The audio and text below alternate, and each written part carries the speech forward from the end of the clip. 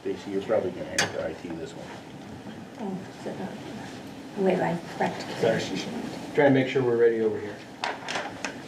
While she's working on that, just to make sure that we're all on the same page and we have the same documents in front of us, in front of you guys, you should see a document that says COL budget and URA retreat discussion guide. That's intended to be our guide and what we're going to try and take care of tonight, tomorrow night, and then if necessary, you'll see there's nothing written in for day 3, only because I would rather for us to have conversation that's quality rather than rushed. And so anything that we don't get to on any one particular day, we'll just start pushing it over into the next day, with the intent for us to be able to get done tonight by no later than 9. That being said, I plan on only accomplishing what is intended for day 1 tonight and not bleeding over into day 2, so that we can just kind of simmer on the information that we go over today, and allow for thought process without a compressed amount of information coming out all at once. And the other documents you should have in front of you should include the trend analysis. This is the exact same document that we went over in December, but we'll talk about more of that when we get to that. There's another document titled information paper. That's in reference to PACE E, and we'll talk about that when we get to there as well. And then finally, the spreadsheet that you see printed out in front of you is the spreadsheet of all the things that the directors came to the table with if we were able to provide the service that we think and or feel is best for this community and what it needs, this would be all the stuff that we would like to be able to bring to the table and see become a part of the next budget. Not asking you for you to approve anything in regards to that, just simply as we continue to traverse through, and I'll talk about this more later. In fact, I'll pause there because I'm getting ahead of myself. With that being said, what I'd like to do is I've prepared in my documents or my notes here, I've actually written out this kind of as a script for myself. So I ask you to forgive me for doing a lot of reading, mainly because I want to make sure that I hit all the different points that we're going through on any particular slide, as well as ensuring we're having the quality discussion that I'm hoping will come from the evening. Last week I also sent out to everybody an email that said, hey, guess what? This is going to look completely different than anything you're used to. Part of that's because I've not done this with Grande before, so I didn't necessarily have a great idea of what that was.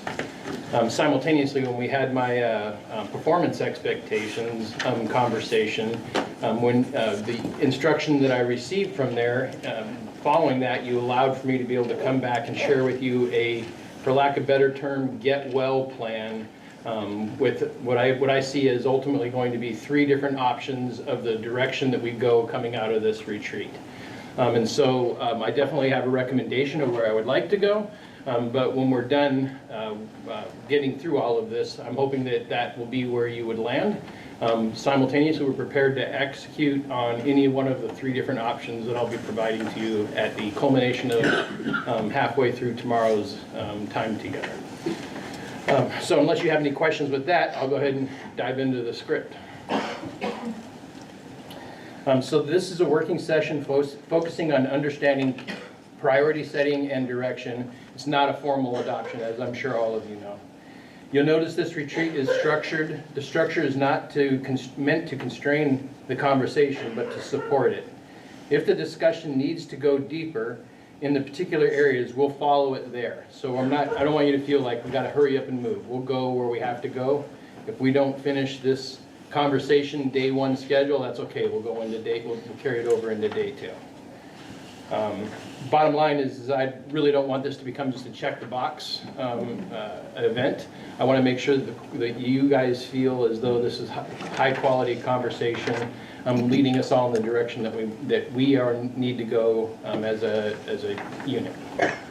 Unless you have any questions there, I'll move on to the next slide.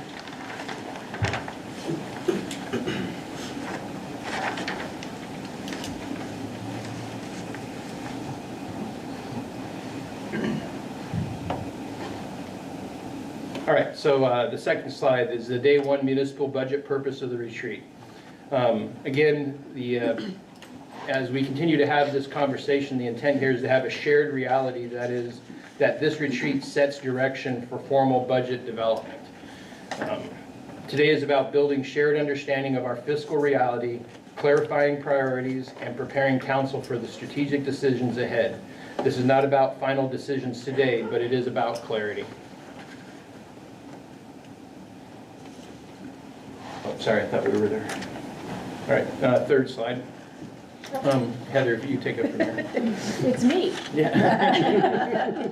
So, as we had kind of gone over during the budget science work session, it was illustrated that how we budget based on local budget law, our expenses far exceed our revenue. So it showed a huge deficit each year. But when we really looked at it at what we budgeted for personnel, because that one we have to just assume at 100%, because we can't assume that we're going to be vacant some positions. Our actual materials and services and capital outlay, it shows we're a lot closer. That gap isn't quite as big as what it did in the budget. So, and then also putting on top of that the $750,000 contingency that we very rarely dip into. So most of the time, they're very fairly even. So it does look like structurally like imbalance, that it isn't quite, it seems odd, to be honest with you. It looks very different. So, and most of the time it does look like we're tapping into savings, but fortunately the past 5 years, based on that thing I sent you guys out, we really haven't had to tap into our savings. We've actually been putting some money in. And so putting that money into reserves is a good thing. And based on a resolution that you guys passed in 2022, I believe, we updated the resolution. 50% of it goes into our general reserve for capital needs, future capital needs. 25% goes towards streets, and the other 25 just stays in the general fund. And so I think we should really keep with that trend in order to stay with the purpose of what our capital improvement plan is. So reserves are stabilizing, they're not necessarily solving everything.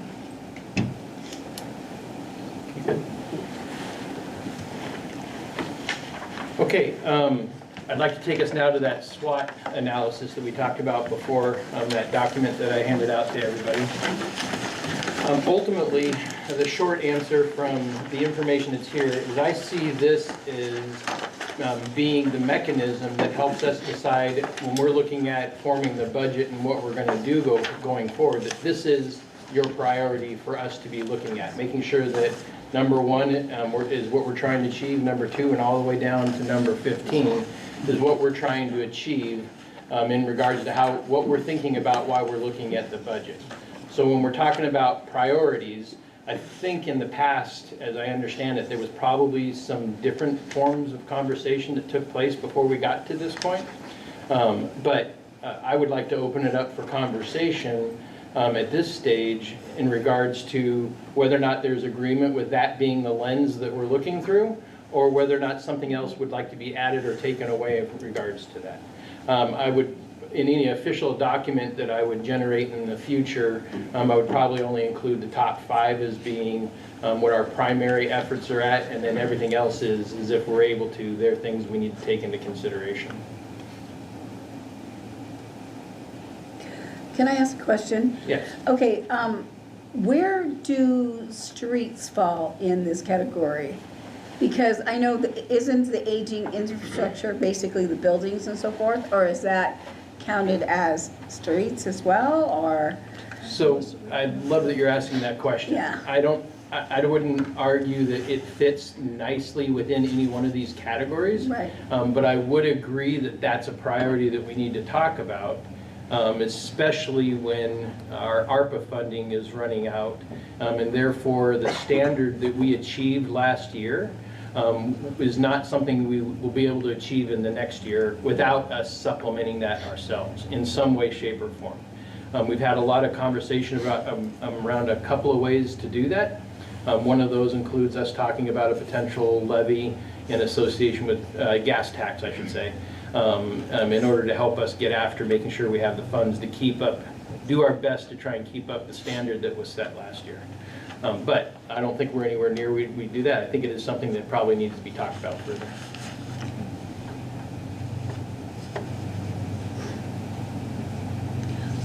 Any other thoughts? Anybody see that the lens should be different?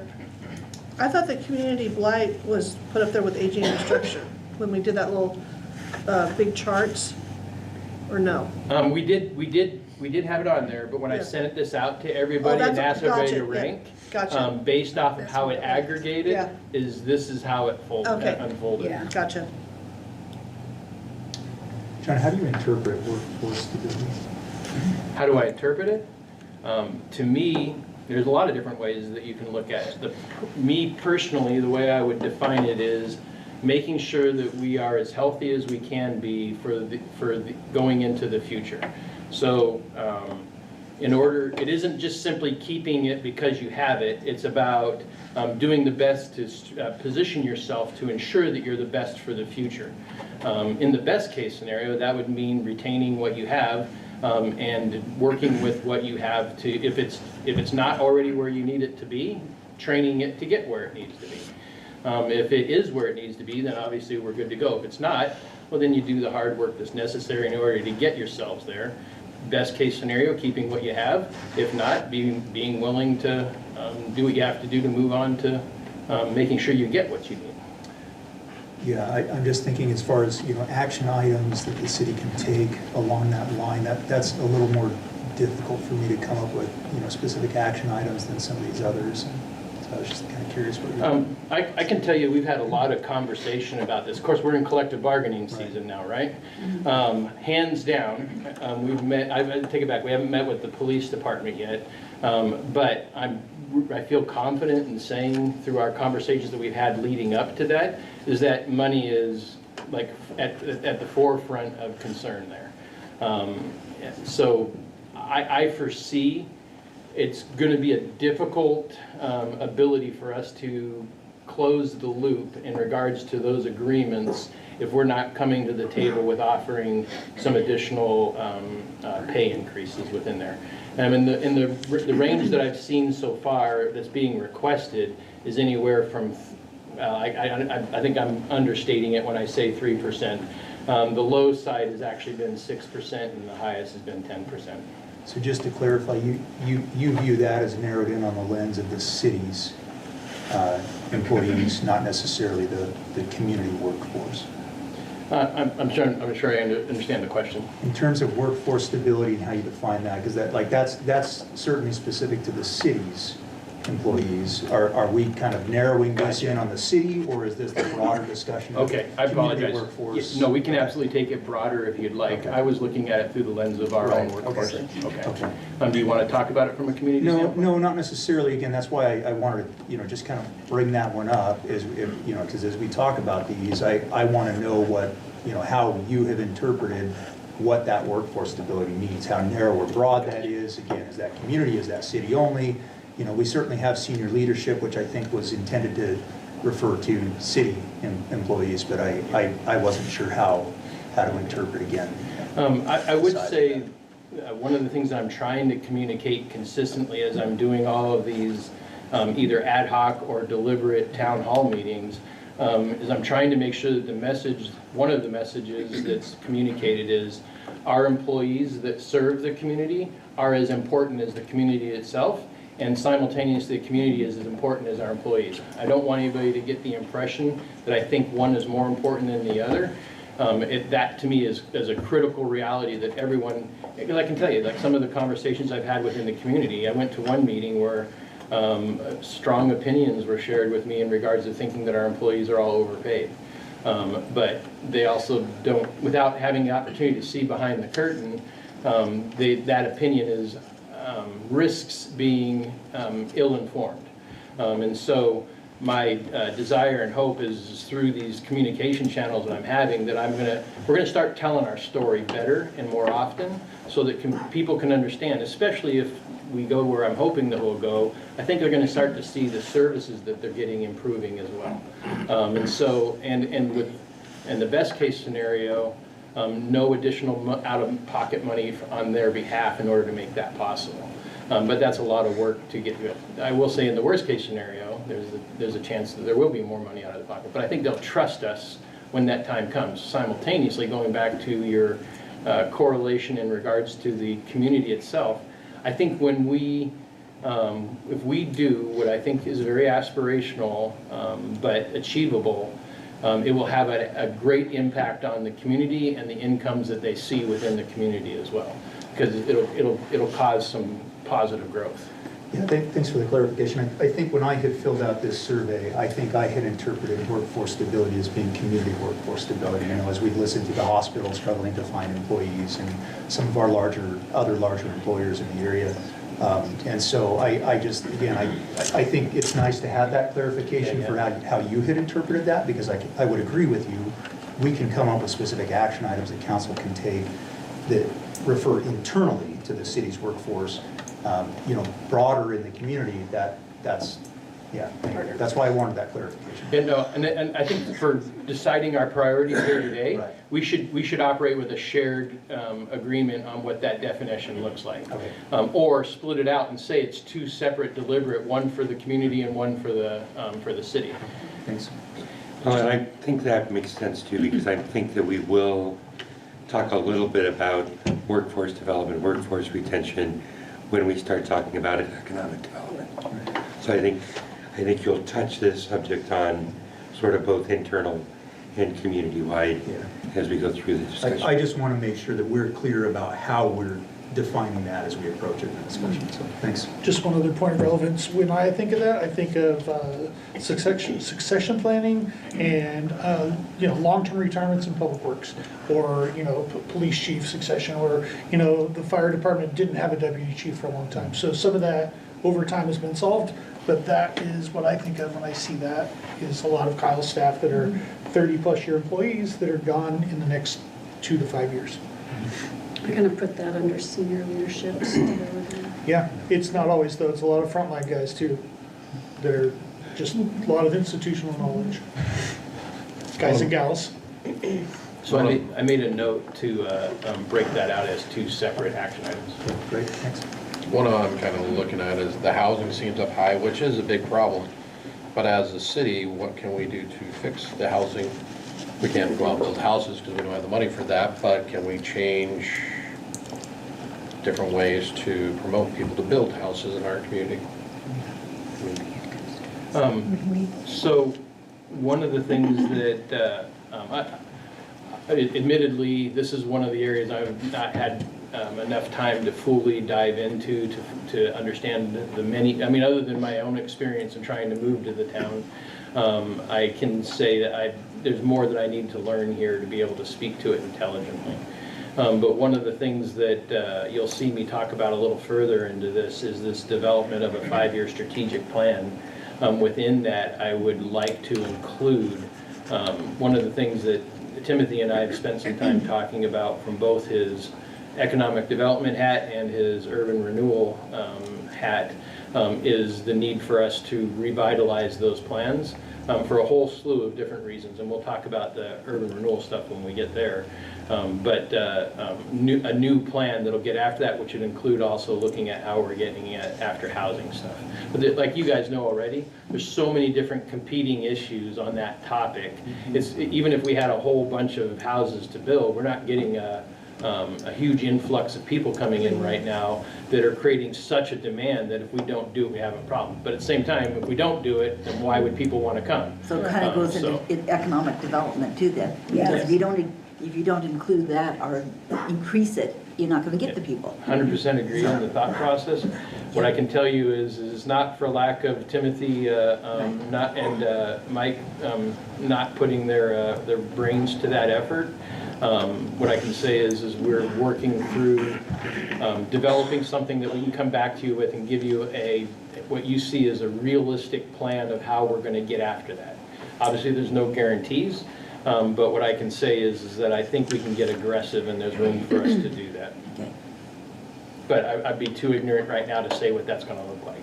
So that economic development ties right into workforce stability and everything. 100%. Yep. Housing, all of it. I would argue the first priority ties into all of that. Yep, Yeah. yep. Oh, yeah. Environmental stability, yeah. If you don't mind, I was going to share that I noted number 3 through 6 all have the same score of 28.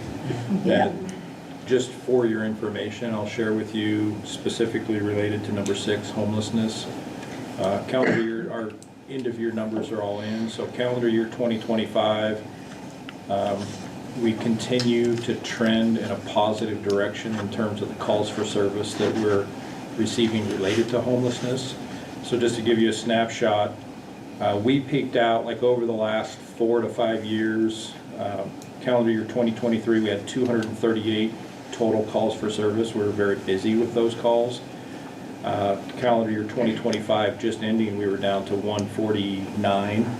So that's a 25% decrease over the previous call, previous year, so 24. So, and we keep seeing this, so it's positive movement. I just wanted to share that with you so that maybe you can factor that in as you consider that. Can you give us a reasoning why you think that is going down like that? There's a myriad of things, Mary Ann. If you remember, when we passed the new city code, the new city ordinance related to where people can camp on public property, that had a significant impact in the calls for service that we were getting, because prior to that, we were all statewide wrestling with how do we address some of these things that the law had created for us. And so we created that through a team effort, and because before, we were getting so many calls for service related to Max Square. And then we also had the warming station that was on 3rd Street. And so there was a lot of conflict in the downtown, the core downtown area. So through some of those efforts, and I don't want to suggest that that's the only reason, but through some of those efforts and then the location of where the warming station is now, we have very little conflict up there. And so a lot of just constant pressure, and I think Lieutenant Hayes could offer, it's like our officers have been working super hard in order to deconflict with the people that we, deal with that are experiencing homelessness and trying to resource them. And so I think that our efforts are moving the needle. And I wish I could say that we could put it clear to 0, but there's other factors. But do you think it's going to increase as the warming station closes for the year? Well, but this is not a new, the warming station working cyclical like that when they open in the fall and close in the spring, this is not new. I mean, we have been experiencing this now for a number of seasons where they're at. And so, no, I mean, these numbers capture that. Okay. So that's not, like this spring when they close, that's not a new thing that I would anticipate that will change our calls for service. So I was just kind of wondering if some of the homeless were moving out of the area? Do you think? Well, here's the facts. I'm sorry, we'll get too far in the weeds. I don't want to suggest that it's the case, but it's so, the people that we're dealing with, Mary Ann, that cause calls for service to the police department, so many of them are either drug addicted or suffering with mental health issues or both. And so we're also, that's where it's a very complex topic, and it's not just in Grande, it's everywhere. But we work really hard and have great partnerships with our mental health providers, and we have done as much as we can to squeeze out of that orange all the juice that we can, and I think that it's working. And, Did Greyhound not coming here anymore have an effect on that? Potentially, I don't know. We don't have a way, honestly, Molly, to track that, but I can tell you that it wasn't uncommon that we would get a call for service because somebody was causing a problem on the bus and now they're here, right? So it very likely could. There's, like I said, a lot of variables at play, but I'm just suggesting that I don't think this is, I'm always cautious with numbers because, there's anomalies, but I think that what we're looking at here is it's trending now, 3rd year in a row where it's going down. Yeah. Chief Bell, does that include the houseless numbers for families in the school district? Because I know that the school district works really hard with families who are houseless. Not really. Okay. Because what I'm sharing with you is calls for service into our dispatch center related, and what we categorize those is somehow related to homeless or houselessness. There's an entire population of people that would fit that definition of being houseless, but that's where it's not fair to lump all of those individuals into the same basket, because not everybody that is experiencing houselessness is creating calls for service to the police department. What we're seeing and dealing with is when people are underneath the freeway overpass out on Island Avenue, when people are in the foyer of a business, you know, when they're trespassing, when they're creating a disturbance of some type, those are the calls for service that we're getting. So John, could I ask you with the housing, or with the homelessness list, number 6, those families in the school district, that to me was part of my reasoning for my numbers that I gave you, because my family was houseless in 2021 when we had to move back to Oregon. And I just know that we weren't alone as a family, and that means there's kids out there who are dealing with houselessness. And so I took that into account when I was ranking it. Does that constitute as homelessness in number 6 for reasonings of being able to move forward in this discussion? I hesitate to cast an opinion on your opinion, and I would say that what's motivating your thought process is appropriate and right, and so it ranked out where it ranked out because I think some other people felt at least in some way similar to it. So I would say if the value in this conversation would be, how does that stack up against the other things that we know are kind of important in the city? Like example being pouring a lot of money in the streets or pouring a lot of money into things having to do with that. That's the difficult decision, right? Because the humanist in all of us wants to care about the human, while at the same time we recognize the very real problem on the other topic. So I don't want to say anything that would sound like I don't think that what you're highlighting isn't important. But in a world that, you know, where 3 or 4, I'm using as an example, 3 or 4 people have this problem, and we have an entire community that has a very robust street problem, like as much as we would, or actually I'll use as a different example. I was visited recently by, I won't say names, somebody who has a very strong and legitimate and rightful concern in regards to disability access in all the buildings along the path. Or along the road here. And rightfully, they have an opinion that everybody should have those thought processes, or those accesses fixed, and made easier for people with disabilities to get there. And they on their own said, hey, until I had a disability, I didn't realize it was a problem. It wasn't a concern to them. And so simultaneously, the explanation I had to give back to her was like, look, it's not that people don't care, it's that when it comes down to the cost of doing business, let alone any building code requirements, but when it comes down to the cost of doing business and what it takes to try and make right for a couple of individuals versus the mass, they defer to the lower cost. Sorry for the inconvenience, but... Maybe my question, I didn't ask it correctly then. Sorry, I apologize. No, that's okay. I understand everything that you're saying. I think what I'm wondering is if we should include the houseless numbers from the school district in the homelessness topic. I don't see anything, I don't see what would hurt. If anything, it'd probably bolster the reasonings why it's on our list. I think that's a good idea. I'm not sure what you want me to do with it. Oh, I don't want you to do Okay. anything. I just wanted, I mean, we're seeking clarification, right? And we're trying, Okay. wasn't your initial question, like, do we agree with this ranking? Oh, yes, yes. Yeah, okay, so I just was curious. I would bet if we were to pull those stats, it would affirm the reason why it's where it's at on the list.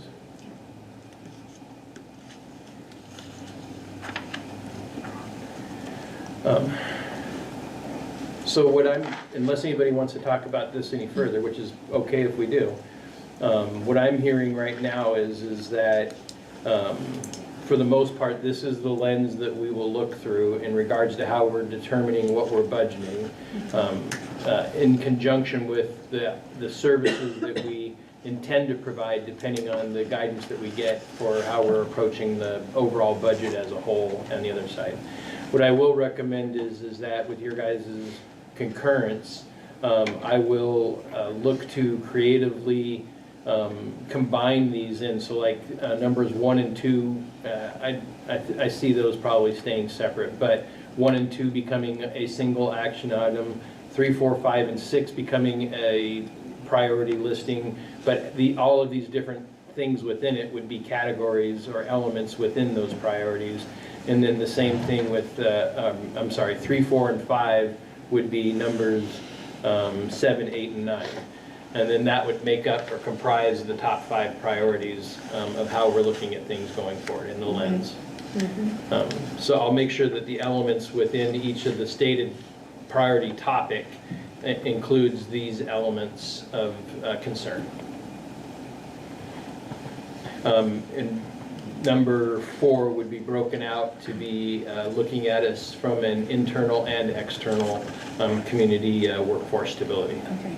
Or community, in the entirety of us. And with that being said, I'll go on to the next slide. Heather. So, no additional news that you guys already know. Expenses continue to increase every year. Revenues remain stable, the same. So, especially like with this next budget year, we're going to negotiations. It's still a very, very big unknown as to what those personnel costs are going to be. But of course, we'll try to keep them as minimal as possible. But with that in mind, we can continue doing status quo, and we could do that for a few more years. But eventually, if we want to keep doing status quo, keeping the services that we have, we're going to have to start cutting, whether it be personnel or services. So that's just something we kind of all need to think about. I mean, yeah, the past few years have been good to us, and we've been really good as far as keeping our expenses down, but eventually that's just going to keep going up, and revenues are going to stay the same. So either we have to find a new revenue source or start cutting services. So that's kind of just a general snapshot of the general fund, nothing new to any of us. Yeah. And when I said that we'll have 3 different options for you to choose from, that would be one of the options that she's referring to, is that we could stay status quo in the way we're doing business. And it was made abundantly clear to me that that's not something that we would prefer to do going forward. Right, right. And the time frame of that intersection of expenses and revenues is 3 to 5 years? Yeah. That's a reasonable assumption. One of the things that came out of these collective bargaining conversations that I've had, real or perceived, is as they said, you've been telling us that for the last 20 years. And so what we can say is looking at the numbers, what she's telling you is absolutely the reality that we're seeing, barring there being some element that changes it like it did the previous times. So I think the best fact-based decision here is what she's telling you. What Heather's telling us. She's in the room, I can call her right. Any other thoughts or questions? I'm sorry, did you have anything else, Heather? No. I'm pretty short and sweet. All right, I'm going to the next slide. So unconstrained cost service, staff reality. Don't by any means look at this slide and take the impression or think that I'm saying that we should operate unconstrained. That's not what I'm intending to communicate here. What I can tell you is if you pull up your the spreadsheet that I showed, that I handed to you guys, this sheet isn't containing everything that we're looking at in regards to budget. If you were to just think of what you guys approved for budget last year as being the standard, that would be the standard plus this. So what you see on the list here are things that we would, in order for us to be able to provide the best police service that we possibly can, with what we have for resources currently, they're doing the best that they can. But in order to go to the next level of what would be right for this community, the spreadsheet shows to you what is proposed in what regards to do that. So an example being the addition of 2 additional personnel or police officers for the police department. That would be, and that depicts the rough estimate of what that would cost to be able to do that. To include whether or not you want to have any conversations about, you know, what the police department might want to do with those positions.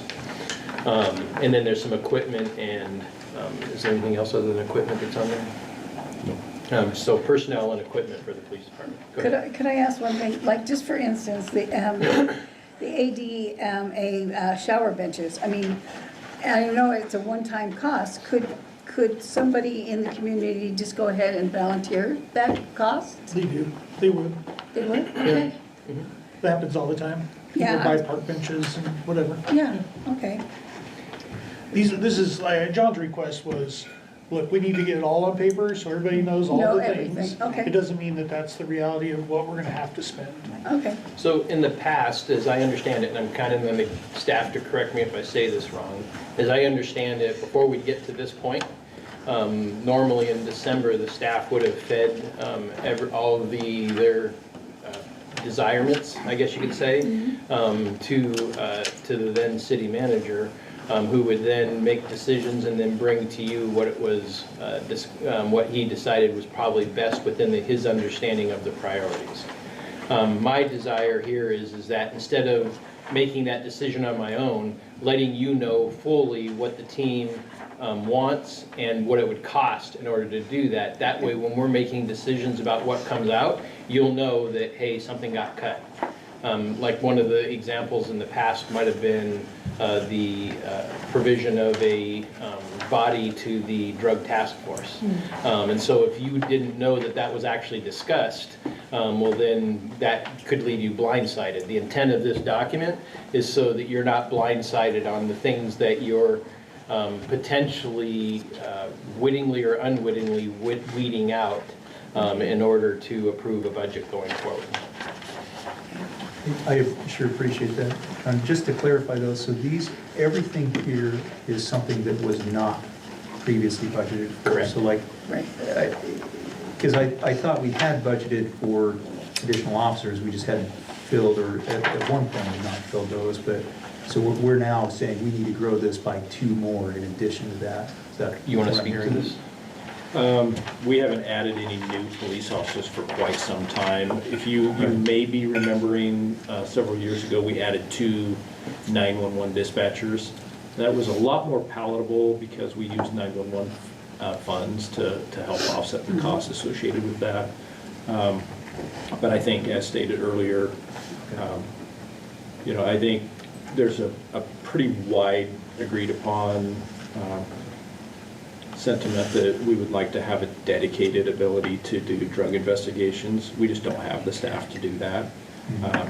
And essentially what you see here is, ideally to operate what we feel like on all cylinders, we would have 2 additional sworn police officers that would give us the ability to have that dedicated drug investigator, and also 1 police officer. And what that would enable us to do is have 4 police officers assigned per shift. That doesn't mean that it would be a minimum staffing of 4 police officers every single day.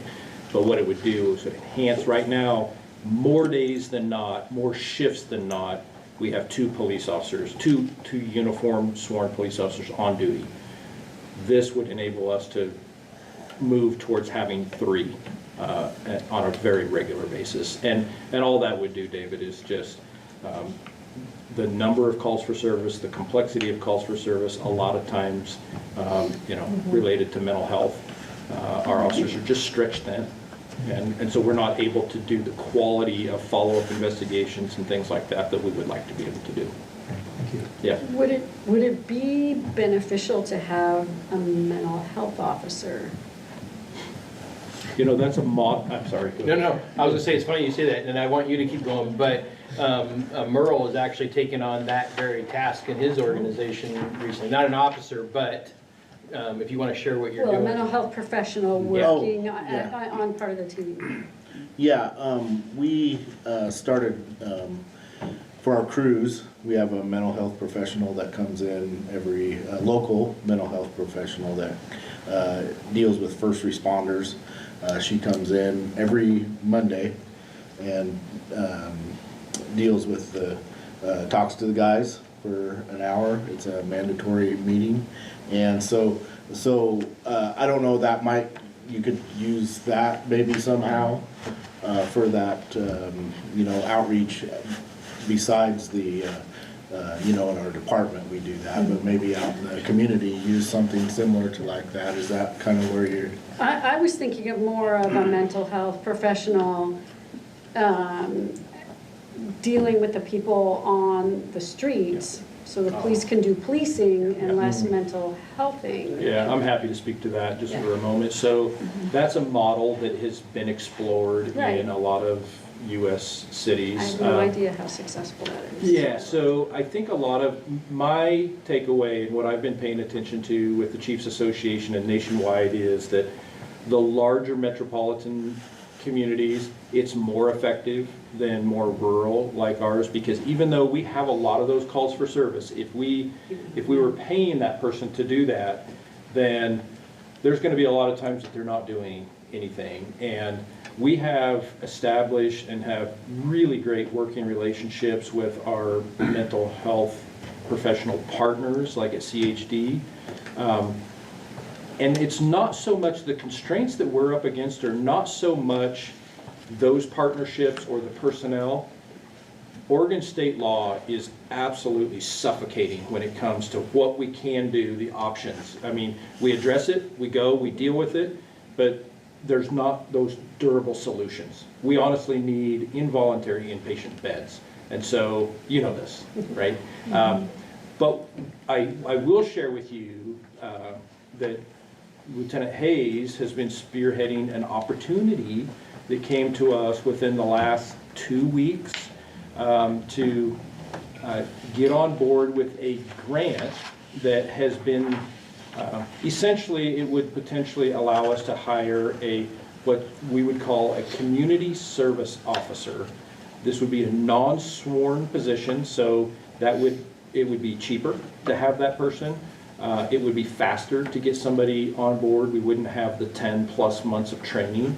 But the model would be that they wouldn't specialize in mental health diagnosis and treatment, but what they would be is that resource. So those homeless persons or those individuals that we're dealing with regularly that you see walking around that everybody's like, why doesn't somebody do something with that person? That CSO because we already know these people, right? But instead of waiting for calls for service, they could proactively go make those contacts, and have those personal relationships. We wouldn't put them in like a police uniform. They would be in a uniform, but it would be more, approachable. So they're not enforcing to build that trust. And the idea is, hey, are you taking your medications? Hey, did you make it to your appointment? And just try to kind of herd people, if that's not too crass of a term, the idea is Preventive policing. proactively address these things so that they don't result in our businesses and other residents calling because this person's trespassing on their property or, whatever. So we'll see, but it's kind of promising. Hopefully that's not too far out of bounds on the question, but No, I that's personally where I do was not think that and quite frankly, I'm intimately familiar with the challenges with hiring mental health providers, and I think that it would be futile, honestly, because those that are regularly employing these folks are having a real hard time recruiting and retaining them as well. But using the ones that we have. That's right. And at the library, we've used the CHD mental health crisis line a couple times, and they come down and we'll talk to the individual and help them if it's needed. So that's a really good resource that we have. Thank you. Mental health thing, the new verb. I have a question, John, on who provided the IT suggestions. The which one? The IT. Okay, so Is that Shaw's? Yeah. So the IT, there's several requests that I've made of the IT team in order for us to be able to look at what's listed there as potential solution sets. Is there a specific one? Is it a combination of either I asked them to do it or what they recommended to me was a need? So if you have a particular one that you're interested in, I'd say it'd be easier for me to answer that question. No, just where all these requests are coming from, and are they really wants and musts, and, yeah, I just feel like we're not getting great value out of our IT services at this point. I would, So- yeah, I'm sorry, go ahead. So is throwing more money at it helpful, or is it not? Yeah. Yeah, I would say that my assessment, having come from the worlds that I've come from, the process of going from where you were to where we want to be is just always going to be painful. And then IT in and of itself is always going to, the costs are just going to continually inflate. Some of the things that are on here are tools that are meant to help us be more efficient and improve the way that we either communicate, not because we can't talk to each other, but it's how we communicate over, and collaboration tools that we would utilize online. Example being, right now we have to have version control at one location with multiple people trying to populate those documents, and the only way to do it effectively now is for everybody to have to do it, send it back to one person and have them copy and paste. Perfectly viable way to do business. Simultaneously, if we post it in Teams, there's a collaboration mechanism in there where you can post it there and people can go in and make the changes right there real time, and then everybody gets it at the same time, versus having to wait for somebody else to be able to populate it. Is that So, a Google Doc? it's like Google Doc, but Oh. this is through Teams instead of, Oh. that's just an example, Oh. is what we're looking at. So we don't have that It's a brand. capability right now? We don't, right now, everything's, unless somebody's doing something different than I understand, right now, it's, like, if I want something done, I have to send it out to somebody, like, we're literally working through that right now with this new strategic platform that we're trying to build out. I can't, there's just things I just don't know well enough to do it, so I can't just send it to, put it in one location and tell everybody to go in and update the needed information. I have to send it out, so like right now, Mike and Joe are working on one version of it, it's coming back to me, I'll send it to the police department so that they can do it, they'll send it back to me, and that's the only way I can get it done, and that, to me, takes a lot more time and effort in order to get something accomplished, because it's one thing to do what I just explained to you, it's a whole nother thing of when they have time to get to it, and a whole nother thing when I have time to get back to it in order to take it to the next level. So all those things are just things that take more time. The desire to create tools like that is not something that IT is placing on us as a requirement, it's something that if we're able to do, I would like to be able to do to help improve our efficiency. So is this $35,000 must to upgrade software to give us that capability? I'm not sure why we don't have that, like everyone has that capability. Oh, Office 365, is what you're talking about? Yeah. Yeah. We So, don't have that right now. yeah, so we had a very long conversation with IT in regards to this, and some very rightfully emotional responses in regards to the topic of it. When it comes right down to it, Microsoft has a model that forces us that at some point in time, we have to go to the next thing. And that's what's happening here. So it's a have to have, because, not because they've done the best they can, they even came to the table with alternate options for us, but the problems that it would create on those other options would be far more laborious. It would be doable, but just like we're talking about this Teams collaboration effort, it takes us to a whole nother level of pain that just slows down our ability to do business. So Microsoft, in their infinite money-grabbing wisdom, created the mechanism that forces every so often where you have to go to their next level platform, otherwise they're going to close out what you've been operating on. And so that's what that cost is that you're looking at there, is if we want to keep doing business, we have to go to the next level. And that's an annual cost, I'm understanding that correctly? No. This one, It's under the annual That says ongoing- ongoing annual. It's a subscription model. That's what I right? was wondering, $35,000 It's a a year. subscription model instead of the license model. They don't do license models anymore. Well, that's the problem Yeah, I is that know. every few years, you're out, Yeah, you you're don't have set. license, then you have to, a huge capital investment to right.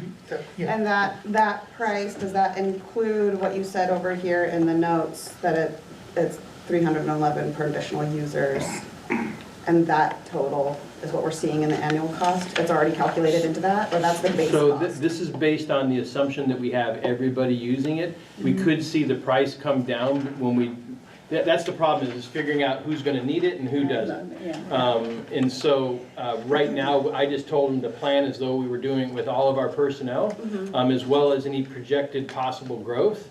And that way, we had a worst-case scenario number. Okay, so that's not the base, that's the with. That's the maximum, yes. Thank you, great, thank you. Where's our office located now? Right now, they're located over at the library, That's what I thought. but we're in the process, we've got a really good plan going in thanks to Mike, that's gonna end up ultimately getting them into this building down into the basement, but not taking away the break room. Yay, Mike.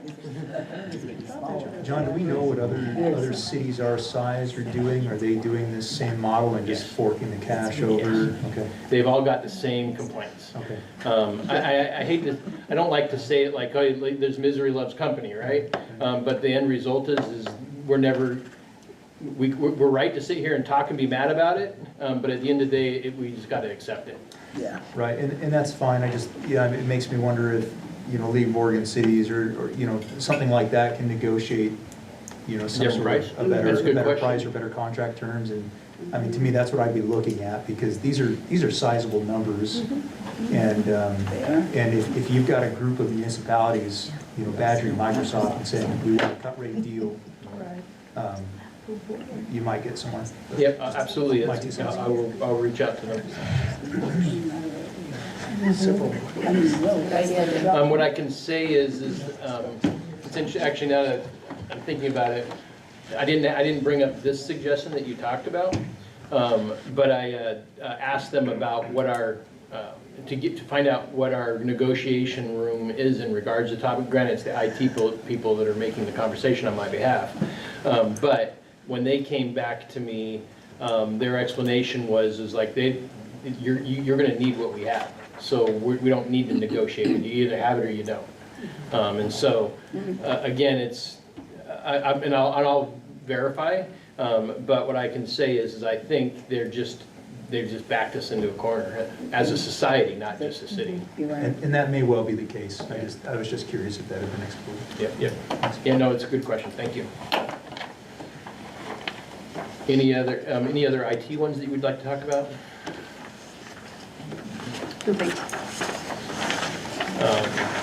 Is So- City Hall, is that what that's?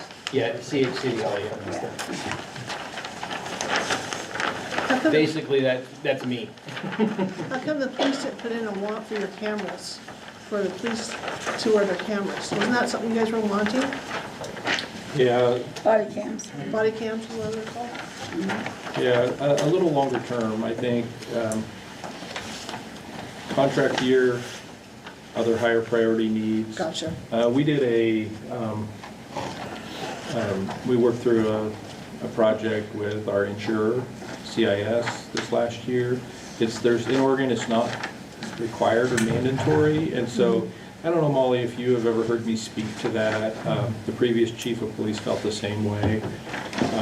I've always maintained that if you wanted us, the community wanted us to have body-worn cameras, then absolutely, let's do it.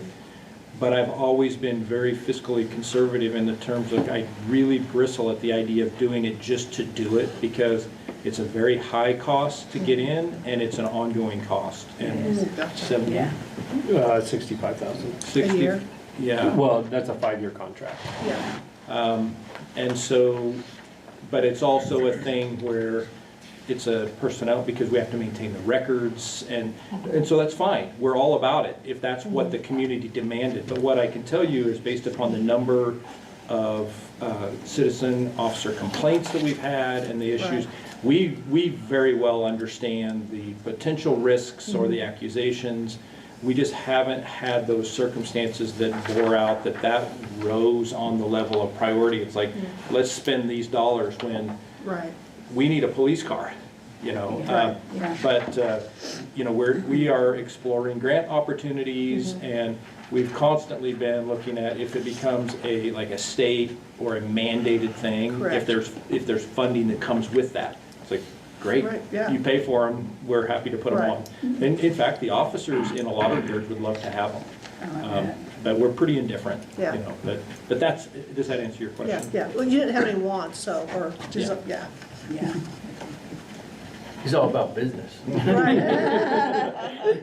The truth is, I mean, I'm sorry, but I'm just gonna go ahead and say it because I wanna champion the work that your police officers are doing. Right. We drive home our foundational values all the time, and you know, look, the work that the police officers are doing, it doesn't make people happy all the time, right? Correct. But the truth is that they are doing it, you know, with professionalism and treating people the way that they would want their family to be treated. And so we don't have very many complaints. We just honestly don't. That's And good. so Very good. I hate to spend that money, because I'm a taxpayer too. I just hate to spend that money if it's not necessary. Right. Gotcha. Gary and I have talked about this for several years now, Yeah. haven't we? Yes, we have. Yeah. I can tell you that some agencies that went all in because their community demanded that, and I understand, if our community demanded that of their police department, okay. Yeah, But I can tell you that it has created lots of challenges, not just fiscal, but a lot of fiscal challenges, yeah. gotcha. And we just talked about IT and the challenges with IT. Body cams are IT. And so keeping up Add with to the their- maintenance and the upgrades and the software, I mean, we would be increasing our risk there as well. Good point. True. Money-wise, Yeah, it's a cost. yeah. And even if we get grants to help pay for that, that's arguably, you know, a season of money. It's not a forever money. Right, So at some point in time, we bear the full cost of that. good point. Charlie, could you talk about the outdoor community programming space and why on the north side versus in between the two buildings where it's all sunny? This is just a dream of mine. I was just dreaming big, like we were told. This is just something that's been in the back of my head. Just it's a lot of wasted space back there. And we have done a couple programs in the past in between the buildings, and we've been throttled by sun.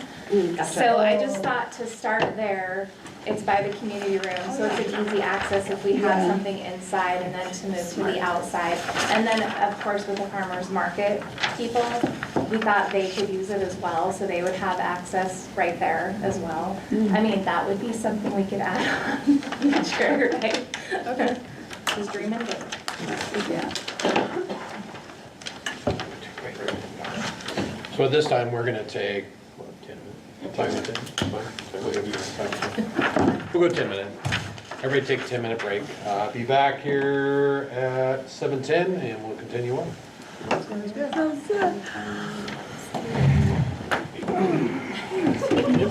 Get Nancy. There it is. And Liz,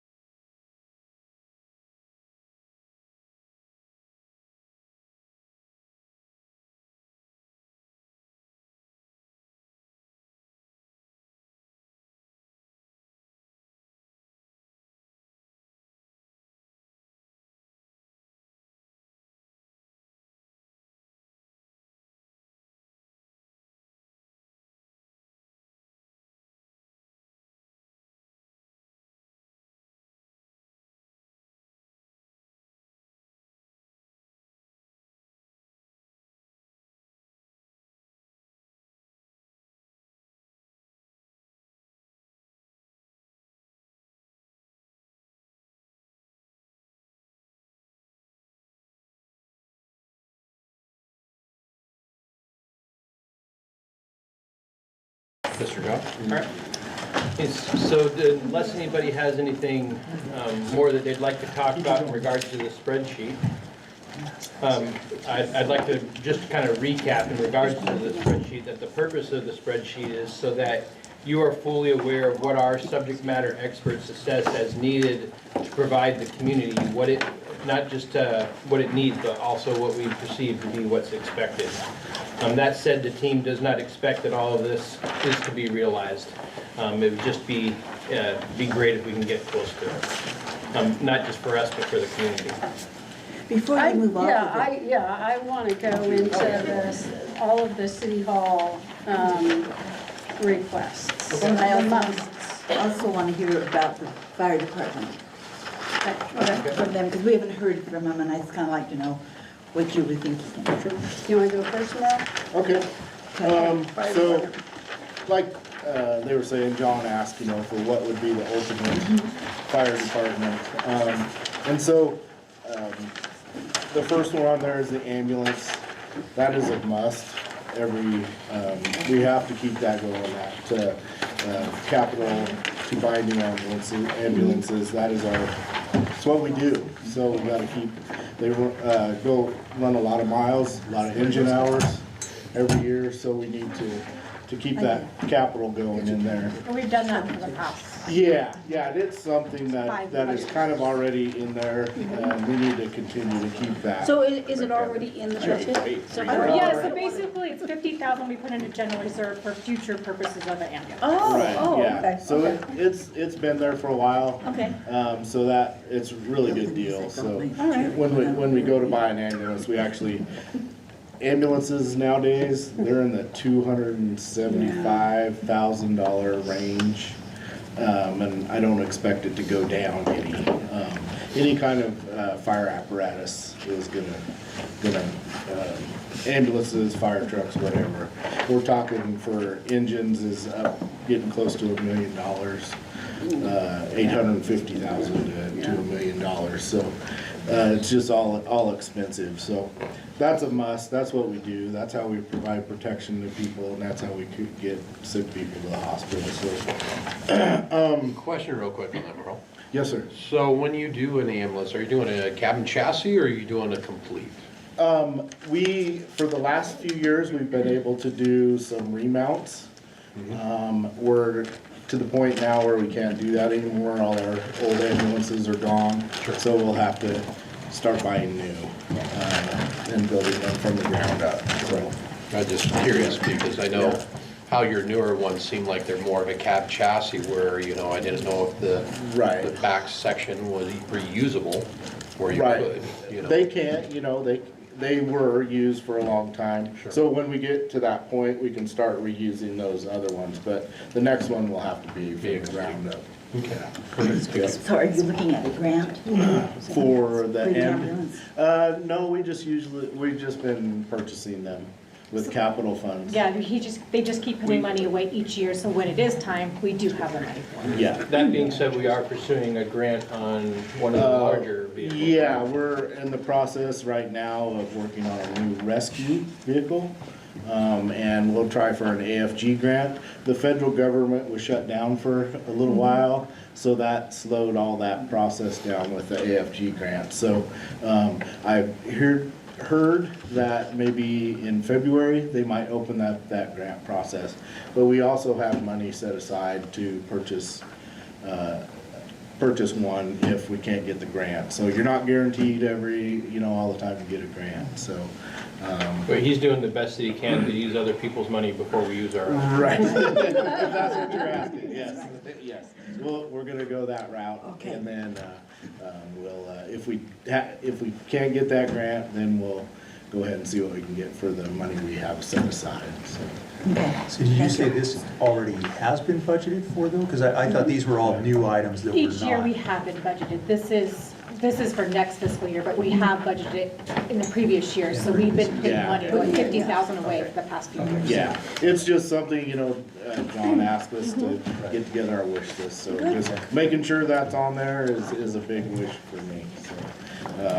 Yeah. I promised them I wouldn't take anything off the list that you guys would be able to see. What's the Ease Alert firefighter alerting system? Right, so this is one of, my firefighters came to me with this proposition, but it's actually a wristband that they wear.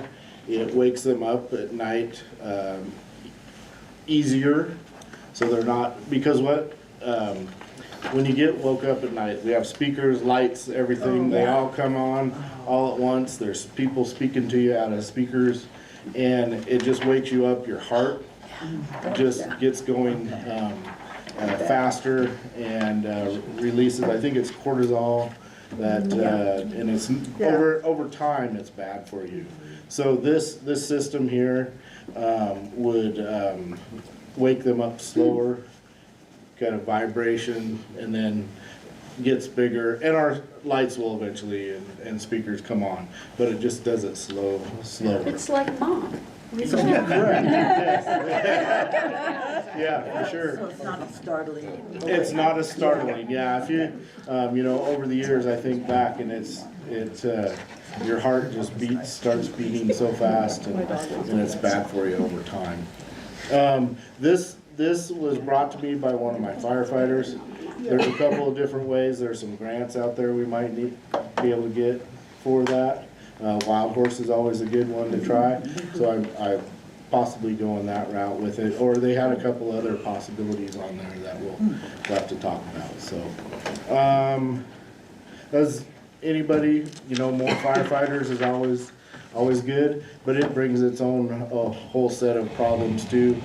To a place for them to stay, which, if we got 3 more firefighters, our infrastructure we're done. We'd have to build. Yeah, we'd have to build on. So, yeah. How many do you house right now? 6. How many do you have room for? 7. Oh, okay. With dorms. I mean, we could always make room, but 7 is what we have. You can put cots in your training bunk room. beds. We could go to bunk beds. I don't know how you guys would look like Oh, that. guys like bunk beds. But, No, we don't. Sleep in them. That's not true. Oh, okay. If they slept in the ambulance, they'd be ready. They'd be ready to go, yeah, for sure. But, people are always good. It does bring it brings obviously more money to the budget that you have to spend. Cuts down maybe on a little bit of overtime. We have the same thing as what Gary was talking about earlier, just trying to staff to a minimum. There's always one, some vacation, sick leave, so I'm trying to keep that minimum staffing so we provide the best, service to our customers, here and in the county, so. As with everything, our calls, we get more calls with the receptionist would be great. It takes some of that pressure off.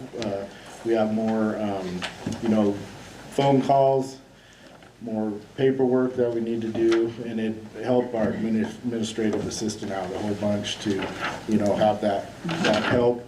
When you run more calls, there's a whole lot of everything else that gets bigger too. So just having a receptionist would be great, and full-time would be the ultimate. So, and then the gurney, it's just we have 3 ambulances now with gurneys, and we have a reserve ambulance if someone breaks down. It does not have a gurney in it now, so it creates issues trying to swap it in and out. And so it'd be ready to, say we had a mass casualty or something, we could put it in service quicker with a gurney. And those are 25 grand? Yeah, I have 25 here. Yeah. I think that was we were looking at maybe a used one. They're in the 37,000. Wow. Yeah, and that's just the gurney part, the part that, the slide that it goes in on, that's a whole separate piece, that's another 30,000 or so. Yeah, but those are But pretty amazing how they're- they work. Yeah, I've seen them It's in not like action. your old one where it, Yeah, This one. when I started, we had to lift them up and, now they're all battery powered. Yeah. what's the matter with that? Yeah, it's great for the, backs. Merle, what's the matter with that? I know. Well, that's why I walked like this. Yeah, That might be good. yeah. One for the So, grant, too. so it's a, something we'd look at. Like John said, not all these are, reasonable. I don't know if it's reasonable, but. They're reasonable. They're reasonable, but, it's a lot of money, so I get that, but, Okay. yeah. Any questions on? Mike, you only want one? Yeah, actually, I have two, but John weeded one out on there. That's jacked up. Yeah, actually, one just got inadvertently missed, but actually, this one's coming off anyway, so this is permit software. I think we're the last department in the city to still be doing things manually. And just about everybody else in the city is electronic in one way, shape, or form. Just the only But- general fund department, don't Oh, forget general about Kyle. fund. But anyway, we got lucky because the State Building Codes Division, through the building permitting program, has a planning module. And that's paid for, the whole permit software is paid for through the building permit program. So you got your want then? I got my want, and it's free. Oh, wow. So anyway. So what was your, So my other Yeah. one is a absolute must-have. We are in a, no, we're gonna be in a pickle, and so we have a choice. But last year, I think it was last January, the state law changed on elevators and what goes into elevator safety. And so in 2030, we're gonna be required to replace all of the guts of our elevator in order to be in compliance with, Like in this with state law. And so.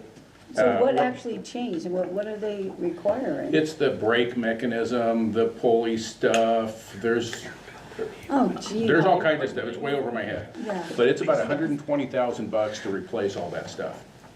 And so right now, we've been putting about $8,000 a year away in capital reserve for City Hall. Just in case. And I think, Heather, I think you kind of told me before, we have $45,000 in there now? After this year, about 42. Yeah, and so anyway, so the ask that inadvertently just kind of got weeded off, because I actually asked John to delete this, and I think it just kind of fell off on accident. I got the wrong one. But anyway, but the elevator piece, I'll be asking that we bump that $8,000 up to $15,000, so in 2030, we'll have enough money to actually replace that. Okay. Hoping that we'll have a retrofit, or they'll come up with something between now and then, so it won't be that expensive. But that's money we've been putting away for roof stuff, or some other catastrophic thing, and it just turns out that we just have to cross our fingers that something bad doesn't happen, and we get to actually use that money for the elevator. But anyway, so that's something that you'll see added to the list, that I'll be asking John to consider, and is to bump that 8 to 15 for our capital reserve stuff for the elevator. I'll put it back on the list. He said right, I accidentally took the wrong one off. And such, and you want the City Hall, I know. Yeah, there's a lot of new things. Yeah. In my Sure. That earlier. We're starting at the top, the director position, FTE. Ultimately, what I'd like to be able to do is I think everybody's aware that I'm putting a lot of time and energy into civic engagement. And one of the things I'm afraid of in regards to that is that I'm not putting enough time into the workforce that it needs as well in order to do this to the degree that I think is most right. And I can explain what I mean by that if you want me to. So what I would like to be able to do is establish, using a current director position, which would be an accretion of their position that would include duties associated with being a deputy city manager.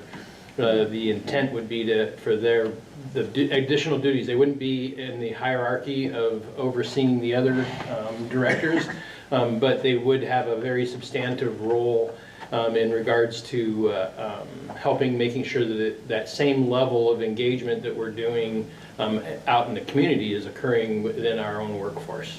But to some extent, not to some extent, to a great extent, they'll still have their regular duties, but we'll modify things.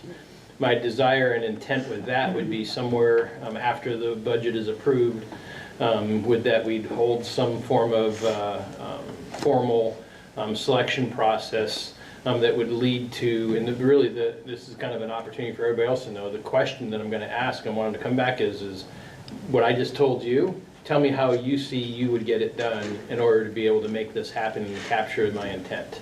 And then based off of what anybody that says that they're interested in wanting to do it, based on what they share with me that they, how they see the business getting done, we'd make a selection, a panel would make selection of that position, and then we would go there. And that would end up moving the person, whoever's in the position, not everybody's on the same band.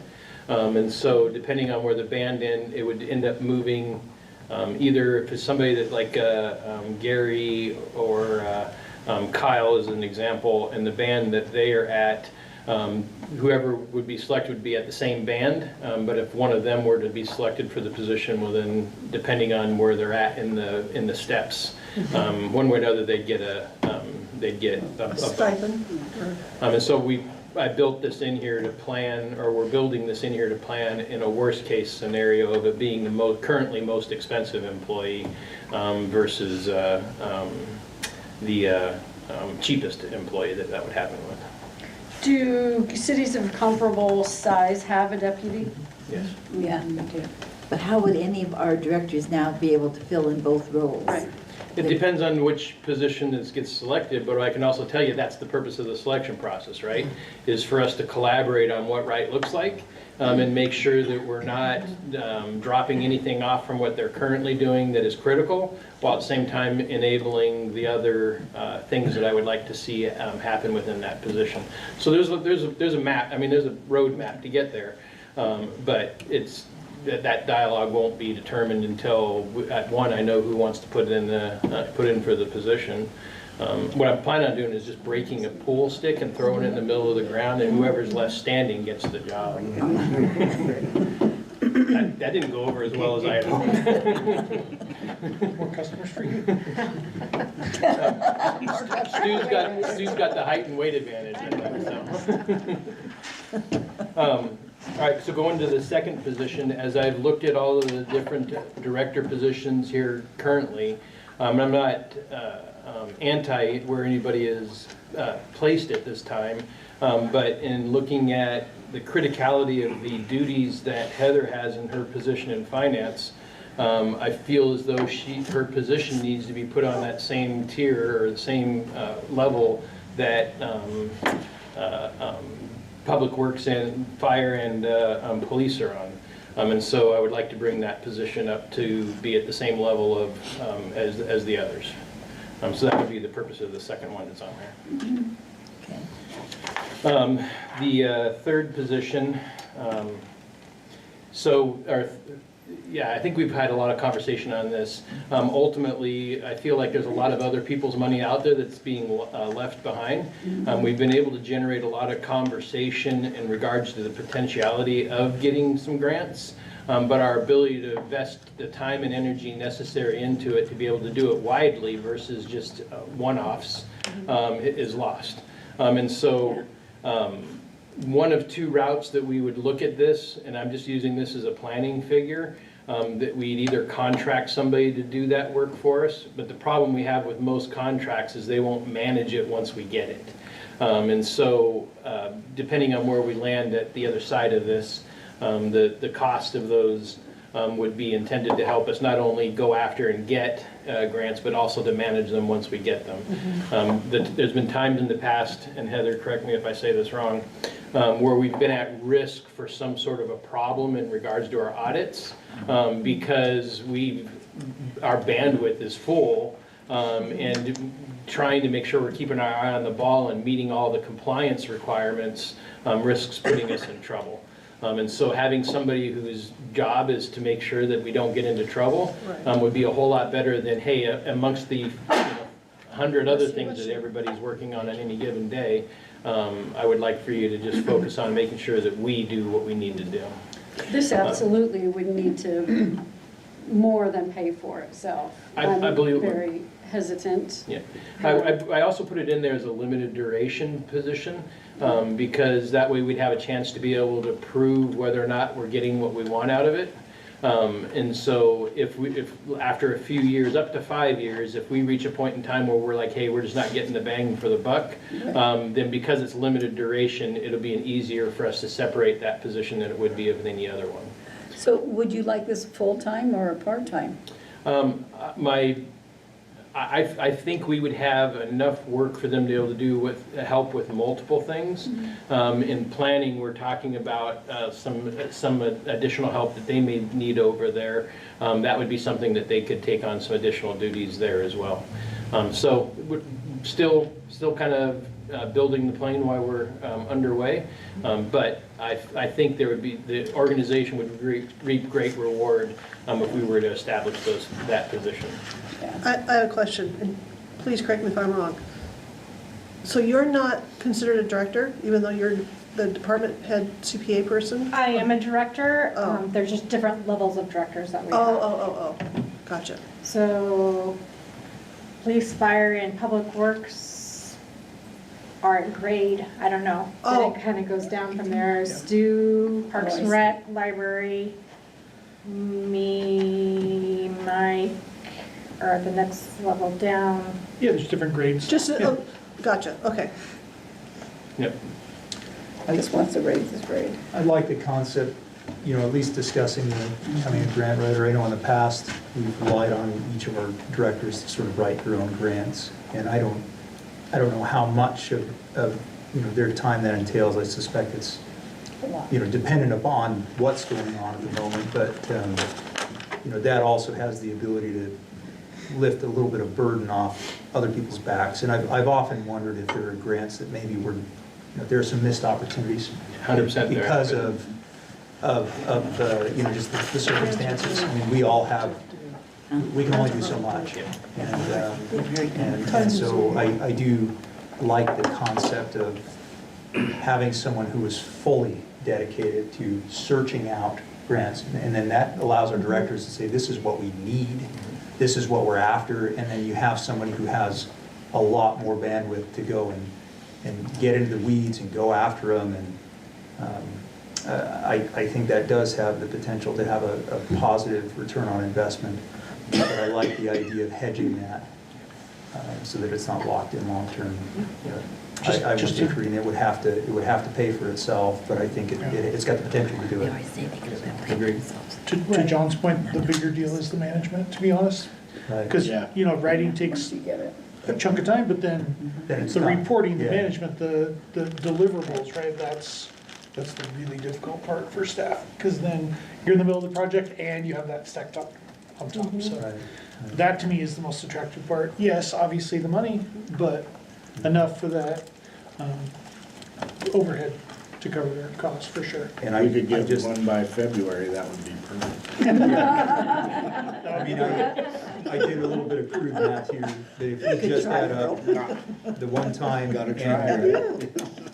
and their recurring expenses, you're looking at, $1,032,000 on the one-time expenditures, and 811,000, or, that's again, this has changed, but, and I realize this is kind of a wish list, but that's just the musts. That's not the wants, that's not the, these are just the musts. And so in order to bring that about, we have no choice but to generate revenue. Grants are a whole lot nicer way of doing that than taxes, which is usually what revenue generation means from a municipal perspective. In a few slides from now, we're going to talk a lot about that, and I hope that you will remember everything you just said. I will. Thank you, I appreciate that. Let's see, public information engagement program. So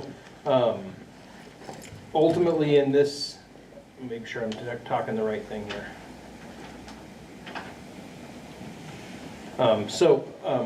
I think as you guys I've said before, you guys have seen me doing a lot in regards to trying to get out and engage the public.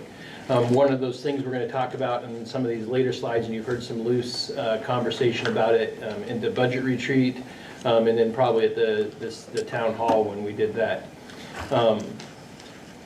Within this overall strategy, which I'll be honest in saying right now is going to be my recommended course of action and how we move forward. But within that action, I see in the future the potentiality that no matter what, we have to relieve the strain that's on the general fund. Even though, like Heather described earlier, we could probably go 3 to 5 years without there being some problems, but that pressure is just going to continue to grow and grow and grow and grow. I believe that we have within our midst the ability to put the framework in place to be able to start trending towards increasing and improving our revenue generating efforts. And that's going to be a whole lot longer conversation than what I can have or that we would have time for here, let alone not fully defined yet. But what I can say is that that plan is going to be a framework that gives us the ability to get to the point in time where there's almost, not quite, but almost a guarantee that we could actually completely solve that problem, which might include, actually the solution would be, in the worst case scenario, the establishment of a special district in order to be able to give us the relief that we're looking for. What I hesitate to do is wait till we get there to start communicating with the community in regards to that reality. So all these different tools that you're seeing me talking about here, all of them intertwine and interconnect with each other. In my mind, take one away, you're weakening the likelihood of the success. The civic engagement effort that I'm planning on putting in is going to be keeping the community real-time aware of how we're traversing that tiered plan, so that they know real time when we've gone from one attempted solve to another, and then to another. That way, when and if we reach the point in time where we have to go to the community and ask for the establishment of a special district, well then they've been able to see that we've done the best that we can with the money that we have already, and we're not just coming back and arbitrarily, because my experience and talking to people right now is they're not aware of the problems, and therefore the default answer is no, because they just make the assumption that we're just not doing a good job in managing our money. And so to me, the only way we're going to solve that problem is getting after letting them know now and keeping them well informed. And these tools, the civic engagement is one of them, and that's on multiple different tiers, which includes I think maybe some of you might have seen, I sent out an email that talked about the newly established City Hall Facebook page. That's going to resonate beyond just simply Facebook. It's going to go to all the different social media platforms, because as much as I would love to be able to hold 100 town halls a month and trust that people will show up to all of them, the bottom line is I got to go where the people are. And the intent of that is to make sure that I'm keeping you guys real-time informed, keeping the public and community real-time informed, and keeping our staff real-time informed and where we're at and all of that.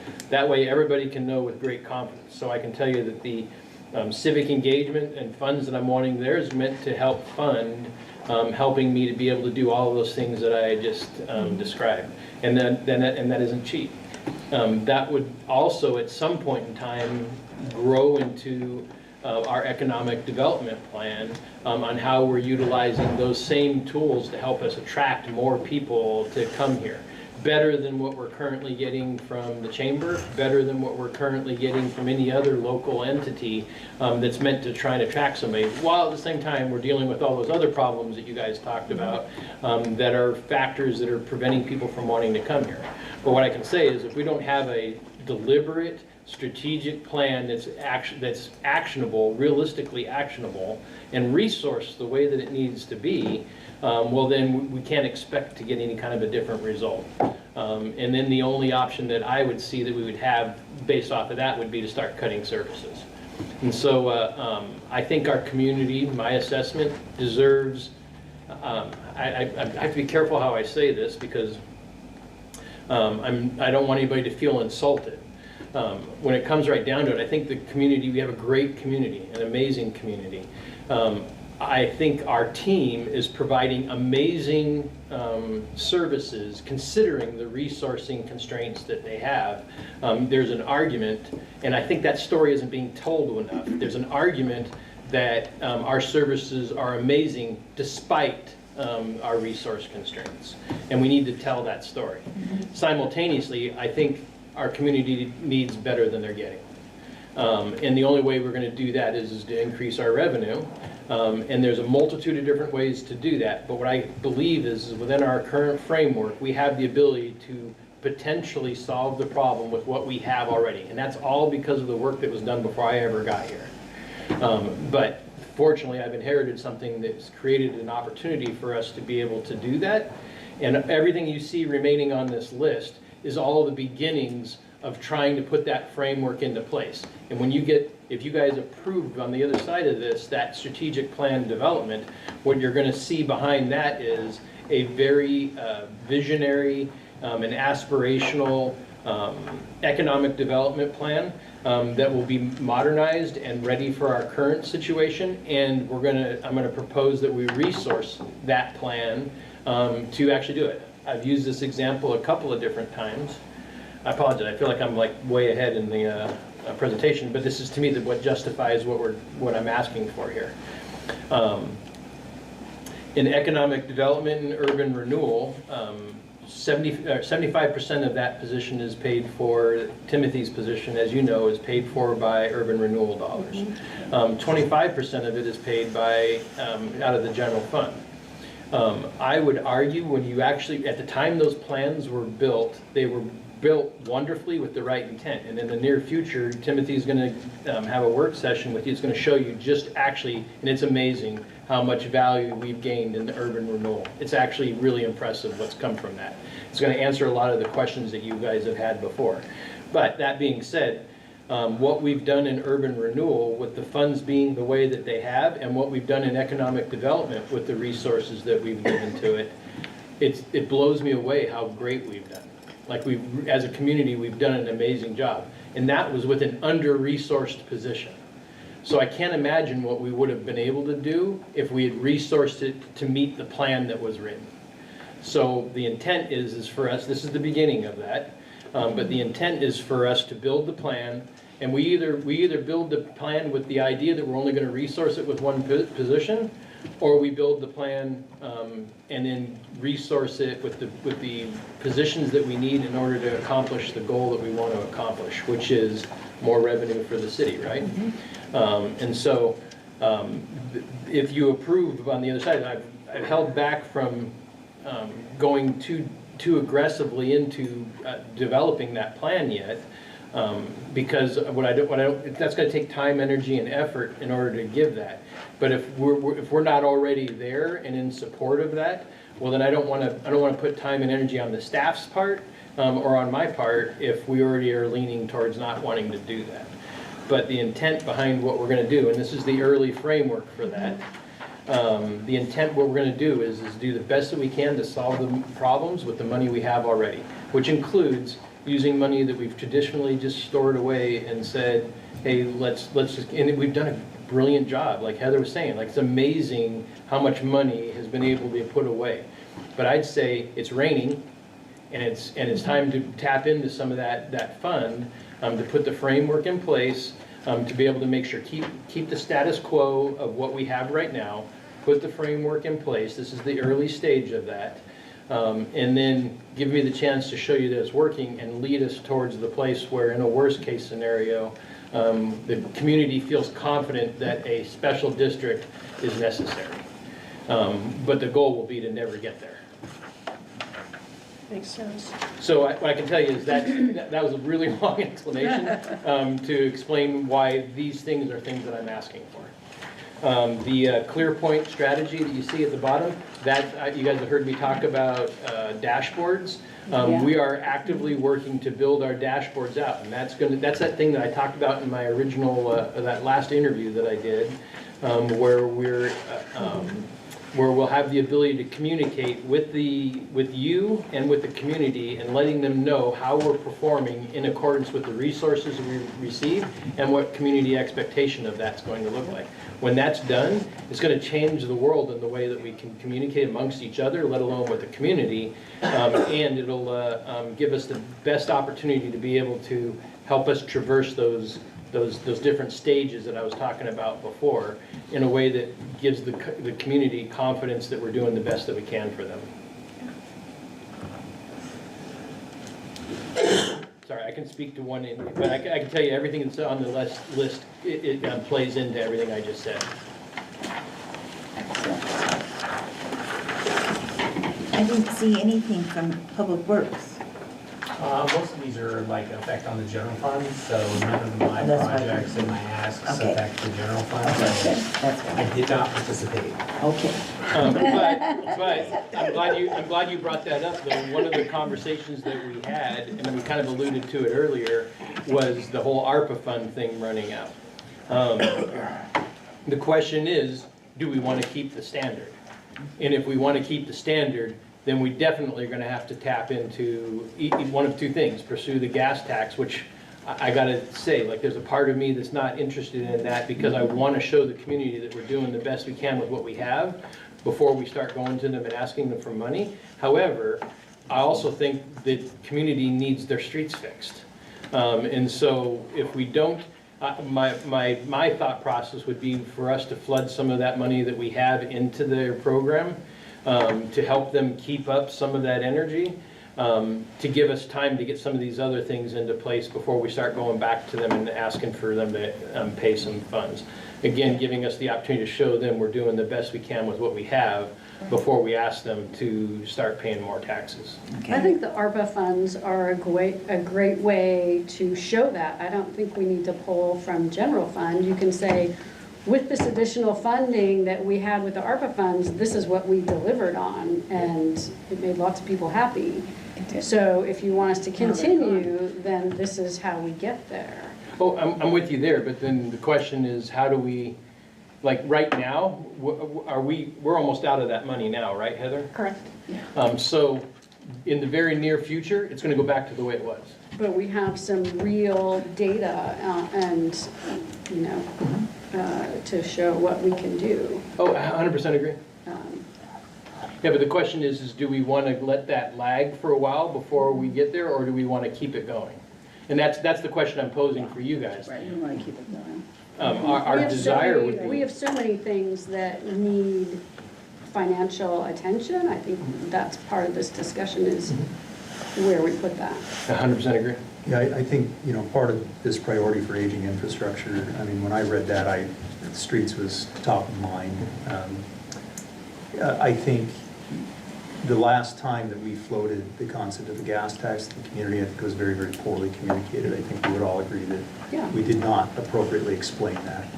But there are a few other ways that we're going to fund that are going to be as impactful as a gas tax, both in terms of the magnitude, but also, I think the last time we did a study, maybe a little bit dated now as electric vehicles have become more commonplace, but we figured that approximately, I think, half of that funding would be coming from out-of-town residents. And I can think of no other way that an in-town resident gets, you know, double the money that they put into their streets other than that gas tax. But the reality is we're a major stopping point on the interstate.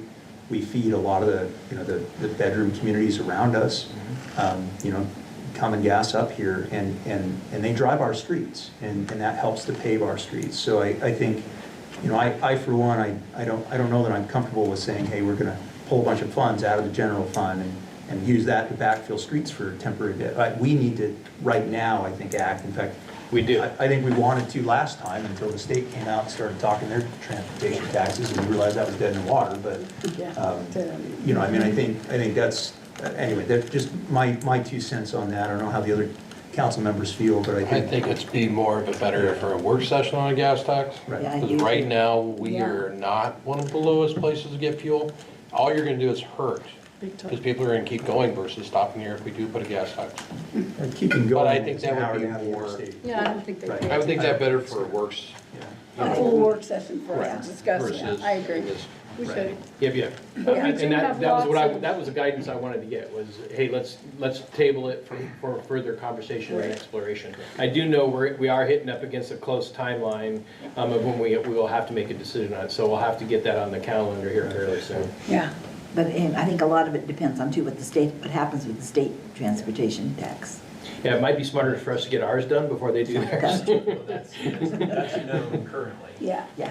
So, as David said, last time we took a run at the state gas tax, Yeah. we didn't provide enough time No, to you do didn't. that educational you're right. front end selling. The statewide, it was petitioned, it's going to be on the ballot. It was turned over to the voters, it can't be removed. So in December, they will vote on the 6 cents gas tax. So that's what I mean, yeah. Yeah, and early estimates are is that vote will pull out about a 3 to 5% more voters who are going to vote against the state gas tax on early projections. So depending on what it would do locally, we don't know, but that's a pretty big swing. So it's kind of a weird political climate of. But it's kind of like, okay, if they pass it here, what if it gets passed then they're gonna have a higher Double tax? hit. Yeah. Yeah. So it's really kind of one of those, Yeah. yeah. I would say, going back to all the civic engagement stuff that we're talking about, this is a story that we can start telling. Right. And working with the community and getting them seeing and knowing and understanding, combined with whatever additional efforts that would normally be done. It's way too early for me to have a overstatement of an opinion on this, but I feel like we're trending in a direction where the community is going to trust us. And so I would say let's continue to build on that. And then, yeah, we have to decide on the timing in regards to. I agree with what Justin, I think we need a work session. Yeah, on it. totally. But we also have other infrastructure that has needs. We have a pool that has lots of physical needs. We've got library that has needs. Yep, So I 100% think we agree. need to look at all of those. And some of that, I don't know that we have the time to wait for a full flesh out of the strategic plan in regards to the gas tax, so we'll have to move on that more rapidly. All of these things that you guys are talking about are all things that also affect our ability to attract people to come to our city. Absolutely. And so what I feel like what I owe you is things that we feel like are going to be the biggest bang for our buck to make us attractive to other people to want to come here. And so I'm not yet in a position where I can speak about that intelligently enough. But what I do know is there's, like you guys do, there's so many different competing issues. But what we have to break the way we've been doing business and start trying something else, otherwise we're just gonna end up getting worse and worse and worse. And it doesn't fall on deaf ears on my perspective that I realize there's risk associated with all this, but I can tell you, I'm gonna try and build the plan to mitigate that risk as much as possible. And part of that mitigation is making sure we're keeping the community informed, so that when we arrive at a point in time where we have to ask for that, our odds of getting it are improved. Not guaranteed, but improved. Right. Okay. Good, sounds good. Okay. Do you want to talk about any of these other ones that are on the list?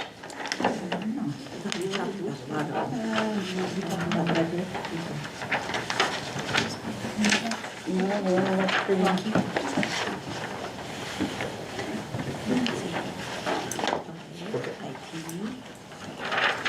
other things, Stu? Anything to add? Answer any questions, it's all there. All the depressing statistics are right there.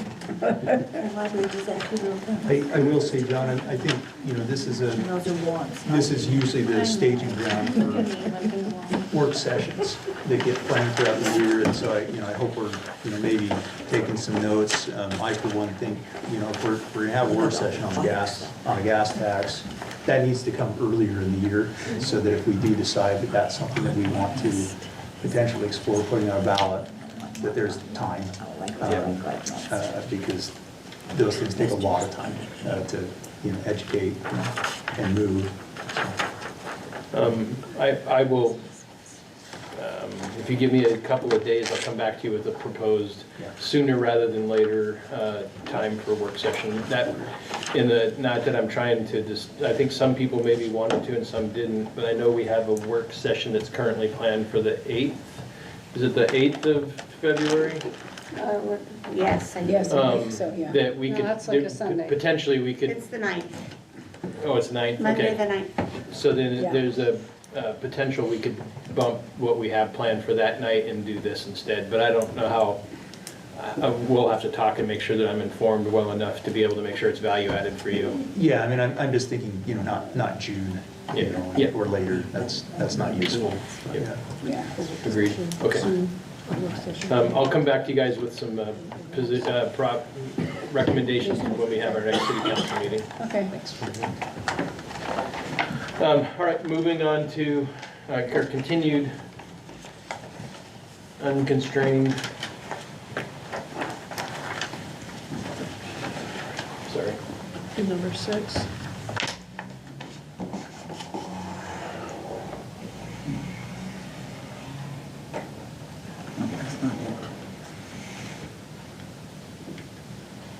There you go.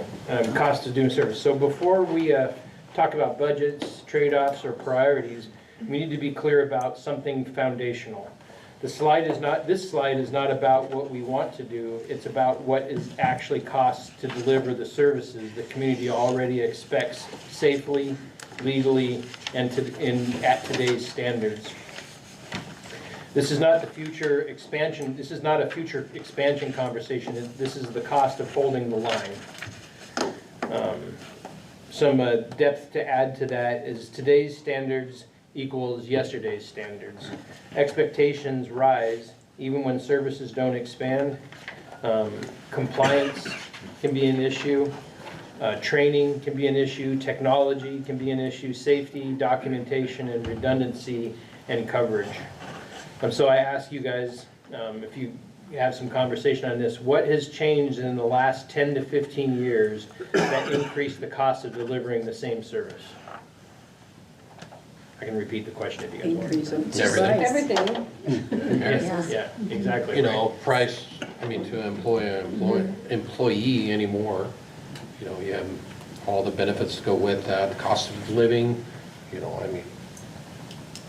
supplies. Materials, yeah. Everything. Health insurance, it all. Yep. Agreed. As you know, standing still costs more every year, which is kind of what you just said. Unfunded does not mean unnecessary. Deferred does not mean optional.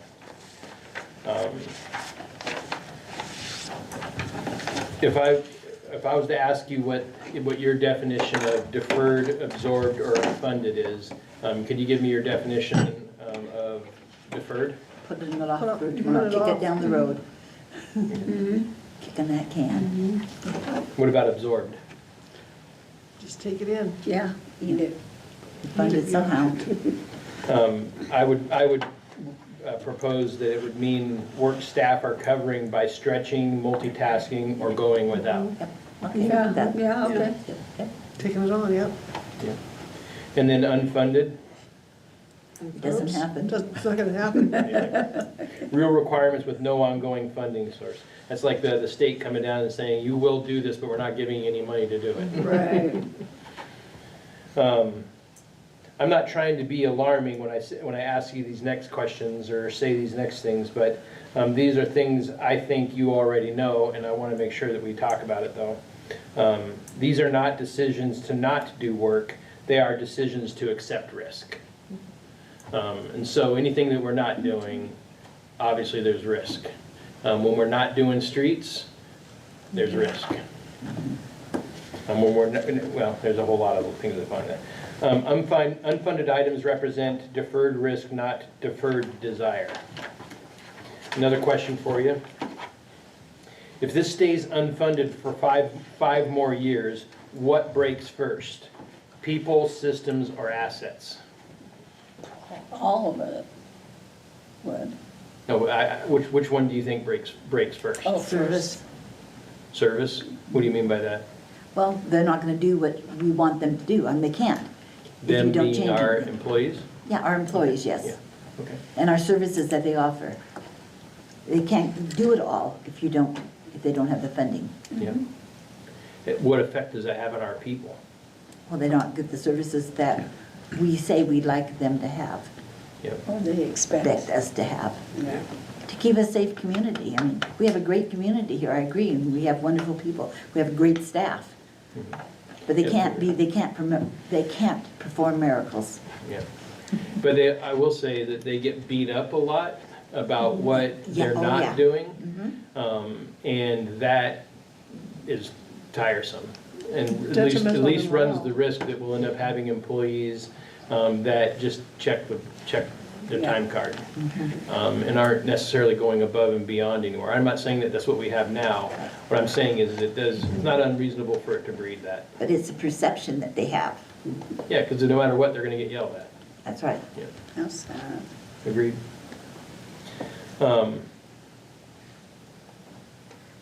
Can you explain, oh, no, I think we already asked that one. So this is like skipping oil changes. You save money until you don't. I want to tie it back to funds carefully. When we appear financially stable while deferring these costs, what we're often seeing is timing, not sustainability.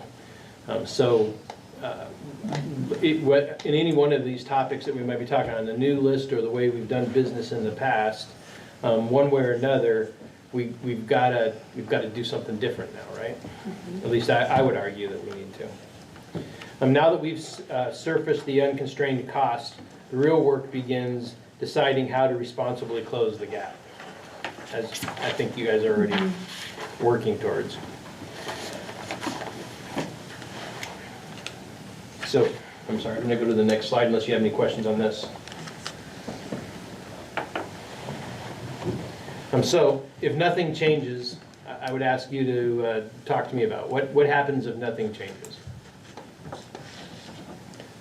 Status quo, that it goes down. What do you mean by that? Workload, they won't be able to do what they need to accomplish to have the city running the way it's running now. It'll be go below status quo. It only gets worse from here. It'll only get worse. Yeah. Yep, anywhere from having to cut personnel to having to cut things that we're providing to the community. And I'm not, I'm willing to make hard decisions in regards to personnel situations, but when I look at the community and I feel like in my interactions with them, that they already on their own feel like they're not getting the service that they need, and then we come to the point in time, I realize that's a hard decision we have to make sometimes, and I'll do it if I have to. But if they're already complaining about how bad it is, well, then we're only gonna make it a bigger complaint, right? Yeah. So, I think, at least what I would say I'd like to see coming from that is change needs to happen. I think every city in Oregon, or if not the nation, is arguing that that's true.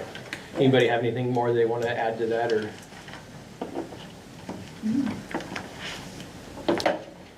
All right, so this kind of goes into some of the conversation we had earlier when I was talking about the strategic plan. Now, there's going to be several layers to the strategic plan, but I feel like this is the best time to introduce this concept and talk about it a little bit more in depth. In your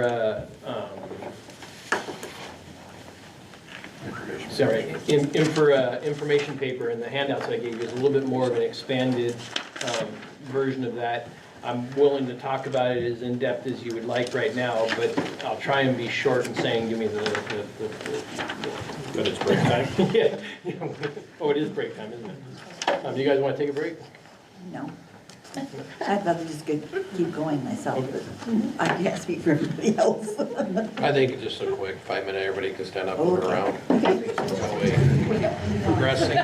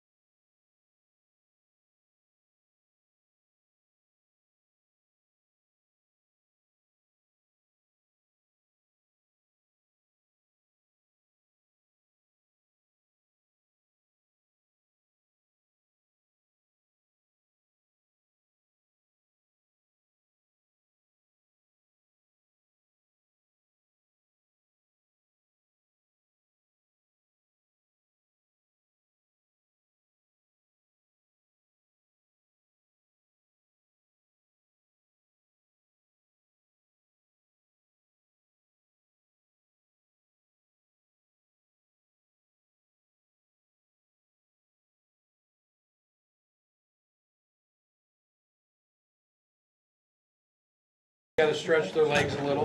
Yeah. Sorry, just want to be going. Oh, I do too, but I do like stretching my legs. Right, Doc? I like to stay focused. Okay, so I'll move through this a little bit quick, because I think you guys have heard it from me a few different times. But the FTI is the Fiscal Transformation Initiative. That's what I'm referring to as that's the strategic plan that I've been referring to. And then within that, the intent of that is going to be to, at the end state of accomplishment, we will create the relief on the general fund that we need in order to be able to continue to do these great things for the community that we would like to, without the fiscal pressures that are there. And I feel incredibly optimistic that at the outset of that, whichever the actual solve is that brings it about, I feel incredibly optimistic that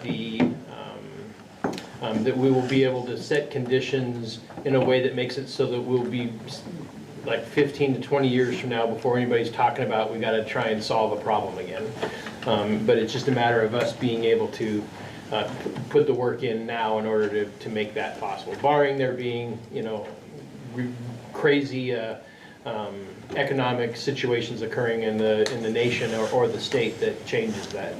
But I feel optimistic that we can do that. In this PACE E, the primary, alternate, contingency, emergency, and extra emergency, each of those are a stage in which each of those would be a plan that's intended to bring about the solution that we're looking to achieve, that end state that I just described. The goal would be to achieve it in that primary effort, and then if we start to see evidence that that's not succeeding, well, then we would escalate to alternate.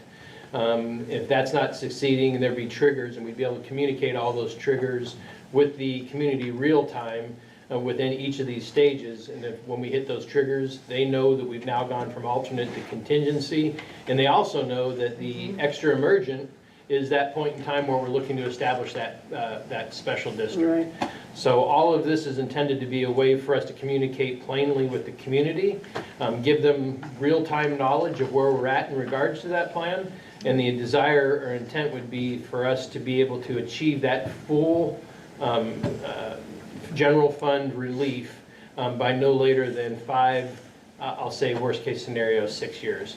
But I believe within that plan we can build it in a way that would give us the relief that everybody's looking for, barring things I can't control, obviously. Right. So unless you want to talk about this particular slide a little bit more, I'll continue moving forward. John, I like the concept, but what we haven't gotten insight into is how is this going to raise, I mean, at the end of the day, this is about raising revenue. Mm-hmm. And we can tax and raise revenue, or we can create new sources of revenue, but that's really it. So what I haven't seen is, what are we actually doing? I mean, these are a lot of words, but it doesn't tell me how we're raising. So that's where I've been saying that I want to be able to get permission from you guys to work on developing this plan. Mm-hmm. I can give you the concept right now, and the concept that we would give you more granular detail by the time I asked you to approve it, would be for us to build out this economic development team. First, get the plan that we need and want, and then secondly, resource the plan to be able to do the work that we want it to do, to start generating it. It starts with the grant writer, but then it expands into the expansion of the economic development team, and or depending on how we look at urban renewal there. I think there's some nuances within there that can help a little bit as well. But by all means, I don't have all the answers to that question right now, but by the time I would ask you to approve a plan, those questions would be answered.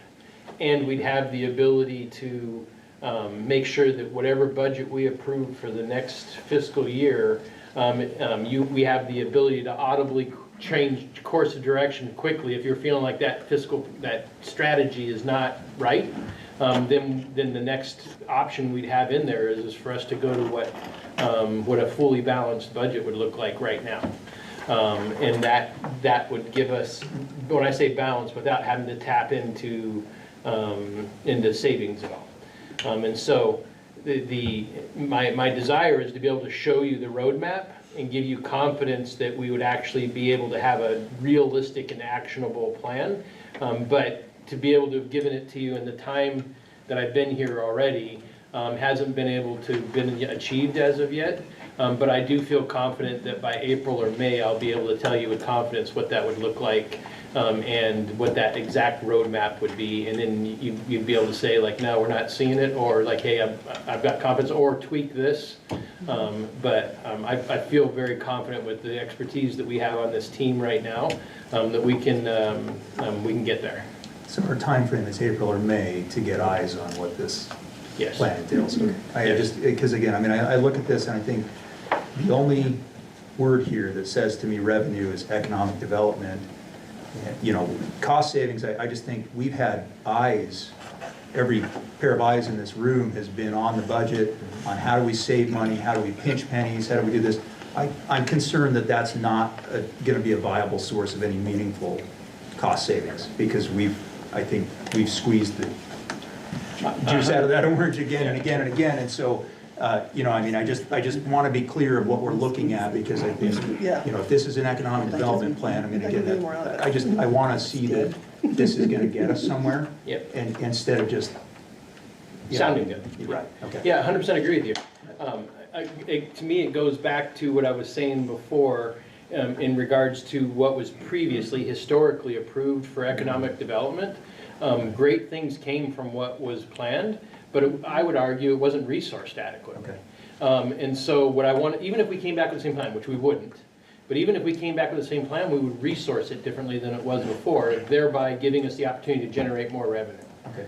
Better. Okay. But I agreed, it needs to be realistic. Okay. So I'm hearing this is going to be a lot of discussion around economic development planning. Okay. Yes. Thanks. That's what I thought. You were referring to this mostly to begin with economic development. Is that correct? Correct. That's what I thought. My in early conversations that we've had so far is that over this next year, this next budget, so like I said before, the first plan would be get that stuff that's on the list, getting that approved. That's going to be intended to get us through that first year. Behind that is going to be the time where we're going to ask you to probably give put that framework in place to put all those other things into motion. I don't know if we're going to be able to see in fact, I'm positive we're not going to see the full desired impact of what we want from implementing that framework within 2 to 3 years. But what I do believe is you'll see evidence that it's trending that way.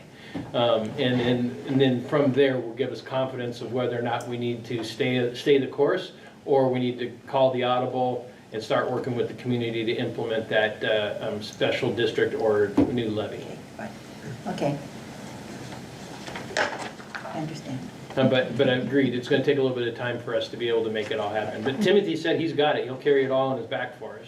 Oh, really? That's nice of him. Where you been hiding it from us all these years, Timothy? Yeah. I've been working on it.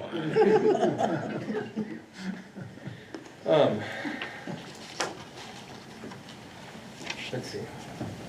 Hey Timothy, I got a job opening over at Public Works. If you want to know. You can hit me tomorrow, Timothy. All right, so I've got a lot of content in this. All right, I'm just going to keep going for it, and I'll try and. I told you before I wasn't going to rush us. If we end up carrying over to Wednesday, I hope everybody will be okay with that, but I want to make sure the conversation's quality. This slide captures the core tension underneath everything we're about to discuss. On one side, service expectations continue to rise. That's not a criticism of the community, it's reality. Right. Standards evolve, risks increase, laws change, technology changes. What residents reasonably expect from their city today is different than it was even 10 or 15 years ago, as we discussed already. And importantly, this isn't about adding new services, it's about what it now takes to deliver the same services safely, legally, and today's standards, with the exception, of course, of what we're talking about in regards to fiscal transformation. On the other side of the equation is funding capacity. Funding capacity doesn't mean that we wish we Doesn't mean what we wish we had, it means what our revenue system can reliably and sustainably produce. For most cities, including ours, the capacity is constrained or relatively flat. Even when revenues grow, they often don't grow at the same rate or in the same places at the same pace as our cost. When those two lines move in opposite directions, rising expectations and constrained funding, this mismatch forces prioritization, as we've been discussing. And I want to be clear about something important here. Prioritization is not optional, it's already happening.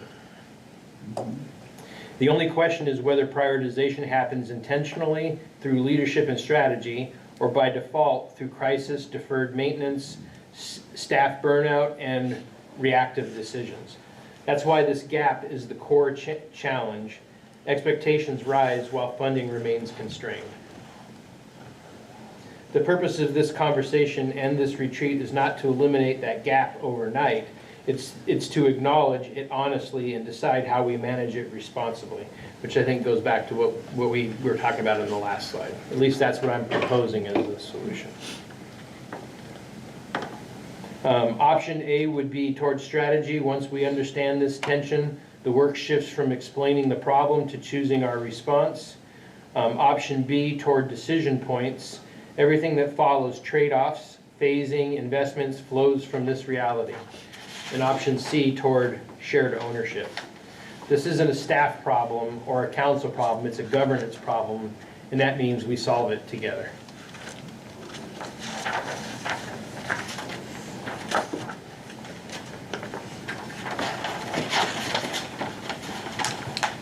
So, I'd like to have a little bit more discussion, if we could, on what must change.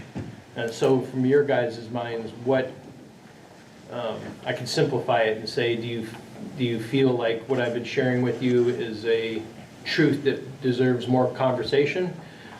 Or do you see it differently or have other ideas of what things must change? I'm not trying to back you into a corner, I'm just trying to provoke conversation. I think we all know change has to happen. Right. You know, unfortunately, to continue can't on avoid with the it. service.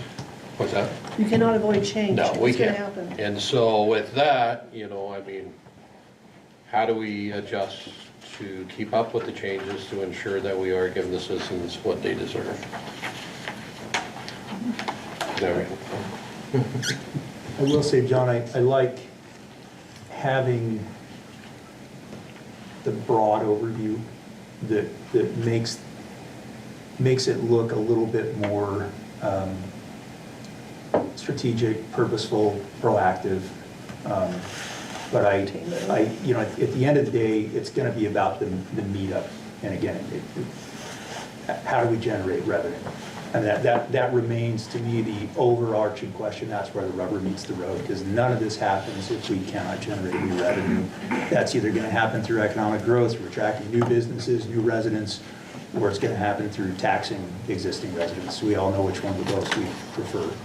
But so again, I love the strategic overview, but I don't want to get lost in the clouds too much. I want to see where that, again, where does that rubber meet the road? Where's the meat to this? And you know, I'm eager to, this is an important step, but I'm eager to bring that down and say, now, how's it going to happen? I'm 100% with you. I can tell you that I want to rush to what you're describing, but I'm worried that I'm forcing somebody to move at somebody else's pace that may be more comfortable with that than another. So my approach and intent here is to make sure we're all moving together at the same pace, even though some might want it to be faster or some might even want it to be slower. I apologize if anybody feels like I'm talking down to them in any way in regards to that. Kind of at the beginning, when I talked about this, I was like, we have to have shared understanding. And I think when we move too quickly, we risk leaving somebody behind. And I'd hate for us to arrive at the time where we're getting ready to approve a budget and you feel as though something didn't get done that needed to be done. And so it is, my propensity is to move much faster than this. I think the staff would probably even agree that I'm frustrating in that way, because I do move quickly, but I have to force myself to slow down at times, and there's been a couple of times where that's gotten away from me. But the bottom line is we're all well-intentioned. The way that I'm doing it now is deliberate. That's why I created a script, because I would rush to the, I'd be giving you the three choices right now if we had our choice in it, and we'd be moving into urban renewal at the beginning of our meeting tomorrow. Okay. But, what's that? I said, okay. And we can do that if everybody's comfortable and wants to do that, but I just don't want anybody to feel like I'm leaving them behind. Right, I just think so, I mean, Heather, and just so I'm clear, because we talk budget numbers, and sometimes there's the ones we present to the state and then kind of how it ends up. But, I mean, what I've heard is that if we're being realistic about it, we think that 3 to 5 years, where if we don't change something about what we're doing, we're in trouble. So again, I So think, if you guys want to go to the so what of this, I'm prepared to do that right now. My intent tomorrow at the conclusion of the municipal budget portion was to give you 3 options. The 3 options would be status quo, what you've had in the past. Current, let me go to the slide and make sure I'm saying it the right way.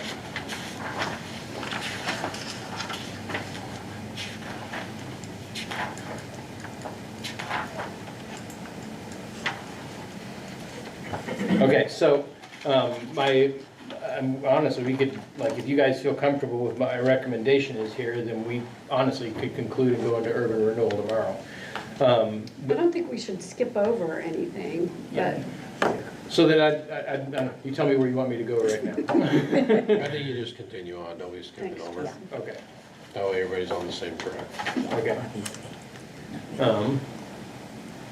Okay, transition year and phasing logic. Not all changes happen at once. Clarity now prevents disruption. Important that we have shared, like we were just talking about, shared clarity. And when I say we have, I'm saying that the community has the same clarity that we have, that our council has shares the same clarity with the community, and that all of our city personnel have the same clarity as well. Now again, all that civic engagement is intended to make sure that we're all operating with the same information at the same time, and making decisions together based on the same information. So this is kind of setting the stage for where we would want to go in regards to the conversation. I'm concluding it for today, but we will pick up with the same slide tomorrow, but with some different nuance to it. But this slide is about discipline, and it invites us to reflect. We've spent today building a shared understanding of the reality we're operating in, the costs of services, the gap between demand and funding capacity, and why prioritization is unavoidable. Before we move into day 2, to start talking about specific funding architecture and decisions, we need to be clear about what we're carrying forward from today. This is not about solving everything right now. It's about capturing the consensus principles that should guide the next set of decisions. Question for you guys. If you have an opinion on it, beyond what you've shared already, what structurally needs to change?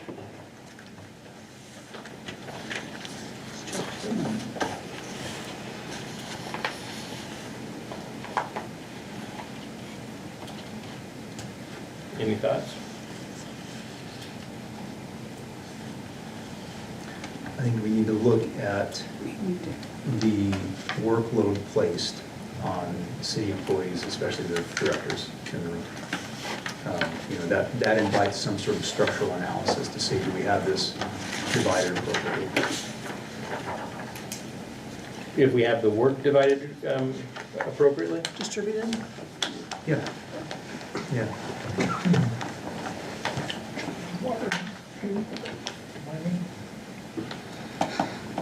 I don't know. Okay, you reach?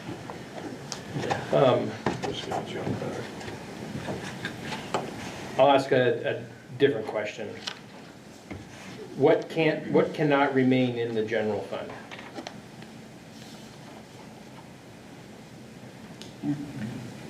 What you mean, like, should be budgeted out of for? Yeah, what opinions, if anything, do you have of what we should take out of the general fund? If you were to say right now, cut services, what would you say needs to be removed?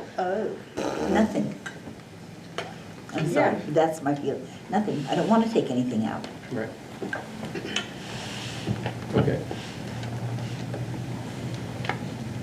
I like that thought process. But if we were at a place and time, I can say is when we sat down and I received the desirements of what wanted to come out of my first year here, a very real constraint was created. So what I can say is I can give you what you're asking for, and I'm willing to give you what you're asking for. What I would like to be able to do is give me time to get you where you want it versus saying it has to be right now. But that's where I want this plan to come into fruition, because I want to be able to show you a realistic plan that will help me get us there in a timeline in which we will be there by. So are you saying for this budget year, you think this plan can go into effect this budget year? I'm saying I can give you a plan that you're willing to approve, that we will start, well, the first layer of that approval is those things that are on the list here. So I'm preemptively setting the stage on the assumption that we're going to continue to move that way. What I can, one way or another, even if that's as far as we ever go, that will still yield benefits for us. Just the things that I've asked for from the city hall perspective, let alone anything else that's on the list. There's other things. I think that what the police department's asking for is a need that we really need to look hard at how we make that happen. And I could probably make the same argument on most of the other things that are on the list. But what I can say is we can, with the allowance to change the way we've been doing business from the past. Some elements of it might look the same as what's been done in the past, but with a plan that's going to show you how we're going to get out of that. And rather than saying it has to happen right now in this budget year, I can show you what I will say is my drop-dead guaranteed date of when you will see that happen. But give me the chance to get us there versus saying it has to be right now. I think right now, we're stretched in providing services with what we have, and personally I would like our services to be elevated across the board. Agreed. But also look ahead and don't want us to drive off a cliff. 100% agree with you. And my commitment to you is that this plan will show you how I think I can do everything you just described. Not putting the department heads on the spot, but what do you guys see that cannot remain in the general fund? I mean, it's your budgets that create that. What would, I know it's a loaded question, but. It's just people, like everything That's is, right, okay. the orange has been squeezed, to use that. Yeah. I mean, there's no, my budget specifically is like I'm at 99%, like I can't, unless we're cutting services, right? But it's just people. Yeah. Like there's no there's no way to get around it. The turnip is dry. There's just there's not enough money to operate. Can't squeeze anymore. The pool's, 25 years old, so it's getting to be, it's falling apart, right? So Right. that's just the normal atmosphere of what a pool does, and if you don't, fix it or whatever, and we aren't, because we don't have enough money, so then it's people. You're doing other That's stuff. what you have to do. It's the oil change analogy, Yeah. exactly. Yeah, So, you have to cut people, and then you can't do the work that you have to do, right. because you don't have the people. I understand that. That's my honest take. I mean, there's Right. no way around So- making any kind of impact without people. It's- So you can say, oh, I'm gonna close the pool for 2 hours a day. It doesn't cut, no. This- Yeah, it's And that just makes people mad. Yes, It's just not gonna It makes move the the needle. customers mad, yeah. our community irritated. Well, we've been there. Right, but on the flip side, without revenue to To do it. continue services, something's gotta change. So I mean, we're all there, So so, somehow how we're budgeting has to change. I mean, we're Well, there. yes, but our revenue, like we've been saying, our revenue has to change. In some way, like the answer to this question, no matter what, is revenue has to change. It does. The question is how do we get to the revenue? That's right. And we're gonna develop multiple different options of how we get there, with the best case scenario being it never causes another increase in taxes. I will say that I think that as long as we can show the community we've done the best we can with what we have, in order to keep that from happening, then I feel confident in saying that we can stand in good faith in front of the community.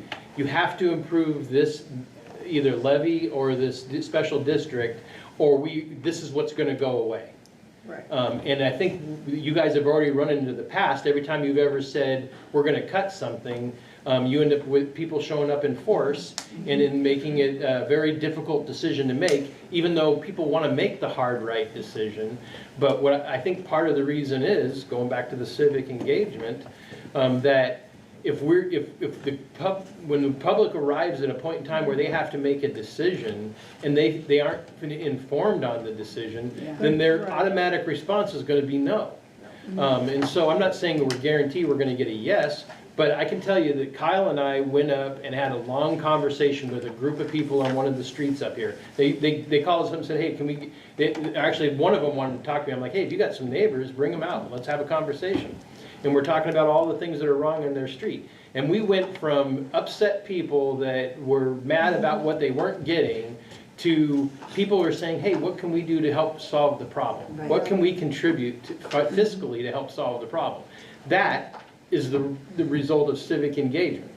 And so what I can say is we do that on steroids and start to continue to communicate with the public. I think we're going to have more people that are trusting the circumstance and willing to help us help them. It's gonna be a buy-in then. Yep, and that's exactly what it is. Up until now, I have no opinion on how we got to where we are. All I can say is the appetite that I'm witnessing when I go out into the community right now is, thank you. Yeah. Like whether they had the opportunity or not before, now they're indicating that they feel like they're being listened to. And they're not even saying, I want you to give me what I want. They're saying, I just wanted to be heard. Right. And so I feel like, and I'm telling them, I can tell you, everything I'm saying here today, I stay on message. I don't depart from it at any point in time. I'll speak real with them, but I'll also tell them, like, this is where I'm trying to lead us, and the intent is for us to stay away from new taxes, but if we end up there, I want you to know with confidence that that's the only option we have left on the table. That or cut services. And I want them to know, I'm gonna do it. It's I'm just gonna cut educate, services. it's just educating them as well as where we're coming from, or where everyone's coming from building the budget. If it's not there, it's not there. Yeah. So something's gonna have to Exactly. give. We have to, you'd balance your budget in your own home, right? Correct. It's no different than where we are right now. We have to do it. But I would argue that the city's done such a great job before I got here, that we're positioned where we actually have an ability to try and solve it in that creative way. Whereas there are plenty of other cities that I wouldn't have shown up and have what we have as our disposal right now. And the fact that we have that gives us a chance to do better for our community, better for our employees, and better for the overall relationship. So John, I mean, I think what I hear is, I mean, you're saying, you know, give me time and be a little patient with me. And we know what that time frame is. At least we have an inkling of what it looks like.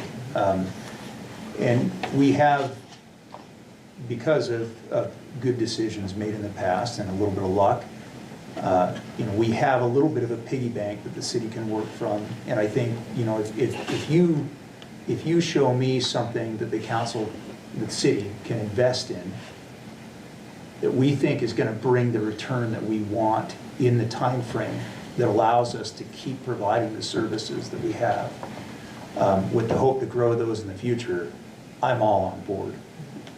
You know, I think we're eager to make good investments with the city's resources. I think, you know, what we want to make sure we're doing in the meantime is that we're able to maintain those critical services and that we're not gonna go, put ourselves in a situation where we have eaten through our reserves and don't have a return to show on it, don't have a path forward. But, nobody's expecting a turnaround in 6 months, not even a year, that's just not realistic. But if we can lay the groundwork so that in that, 5-year projection, that we've put in the work now, we've put in the planning, we've got the economic strategy, whatever it is, the gas tax, whatever it's gonna take to put us in that healthy position to meet where we wanna be. I think that's what we're after, and the purpose of this meeting, of course, is setting the agenda for the next year. So what do we do now in year 1 of this period to make sure that we're doing what we can and we're gonna stay on that proper time frame? So I'm eager to hear what you have. So, if everybody's in agreement with what was just said, to be honest with you, that's the conclusion I wanted to come to at the end of the municipal budget retreat. And so, what I would like, with your guys' permission, is that tomorrow when we come and we'll just go right into the urban renewal, and I'll repeat back to you now and send you a summary tomorrow, that what I'm hearing and understanding is based off of our discussion having to do with the SWOT analysis and the lens that we were looking at through there, providing a best as possible budget that comes out and helps us make sure that we're getting after those things as our priorities, those top 5 categories that we will have that captures those intents. While at the same time, I owe you a strategic plan that you guys feel happy about, that will give us the ability to start that first implementation phase that I'm talking about in here, that will also set us on that glide path to get us towards that 5-year realization that we're all talking about.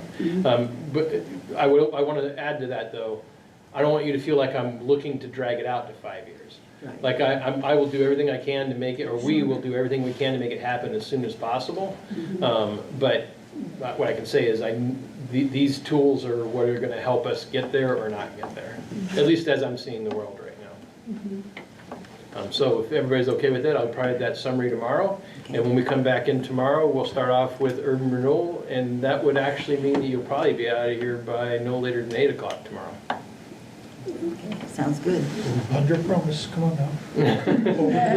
I actually think it'll be earlier than that, so that was an overstatement. We'd only programmed for him to take 9 minutes, and I think it's very achievable for us to do that, because he's good. Okay. No pressure. It'll be a full day. It'll be a full 90 minutes. We have a lot to cover and... Yeah, no, I think if everybody's good with it, as far as I'm concerned, we're good for tonight. Anybody have any questions before I adjourn the meeting for this evening? So we will come back in tomorrow and get on to our second day. Thank you for coming and thank you for your input.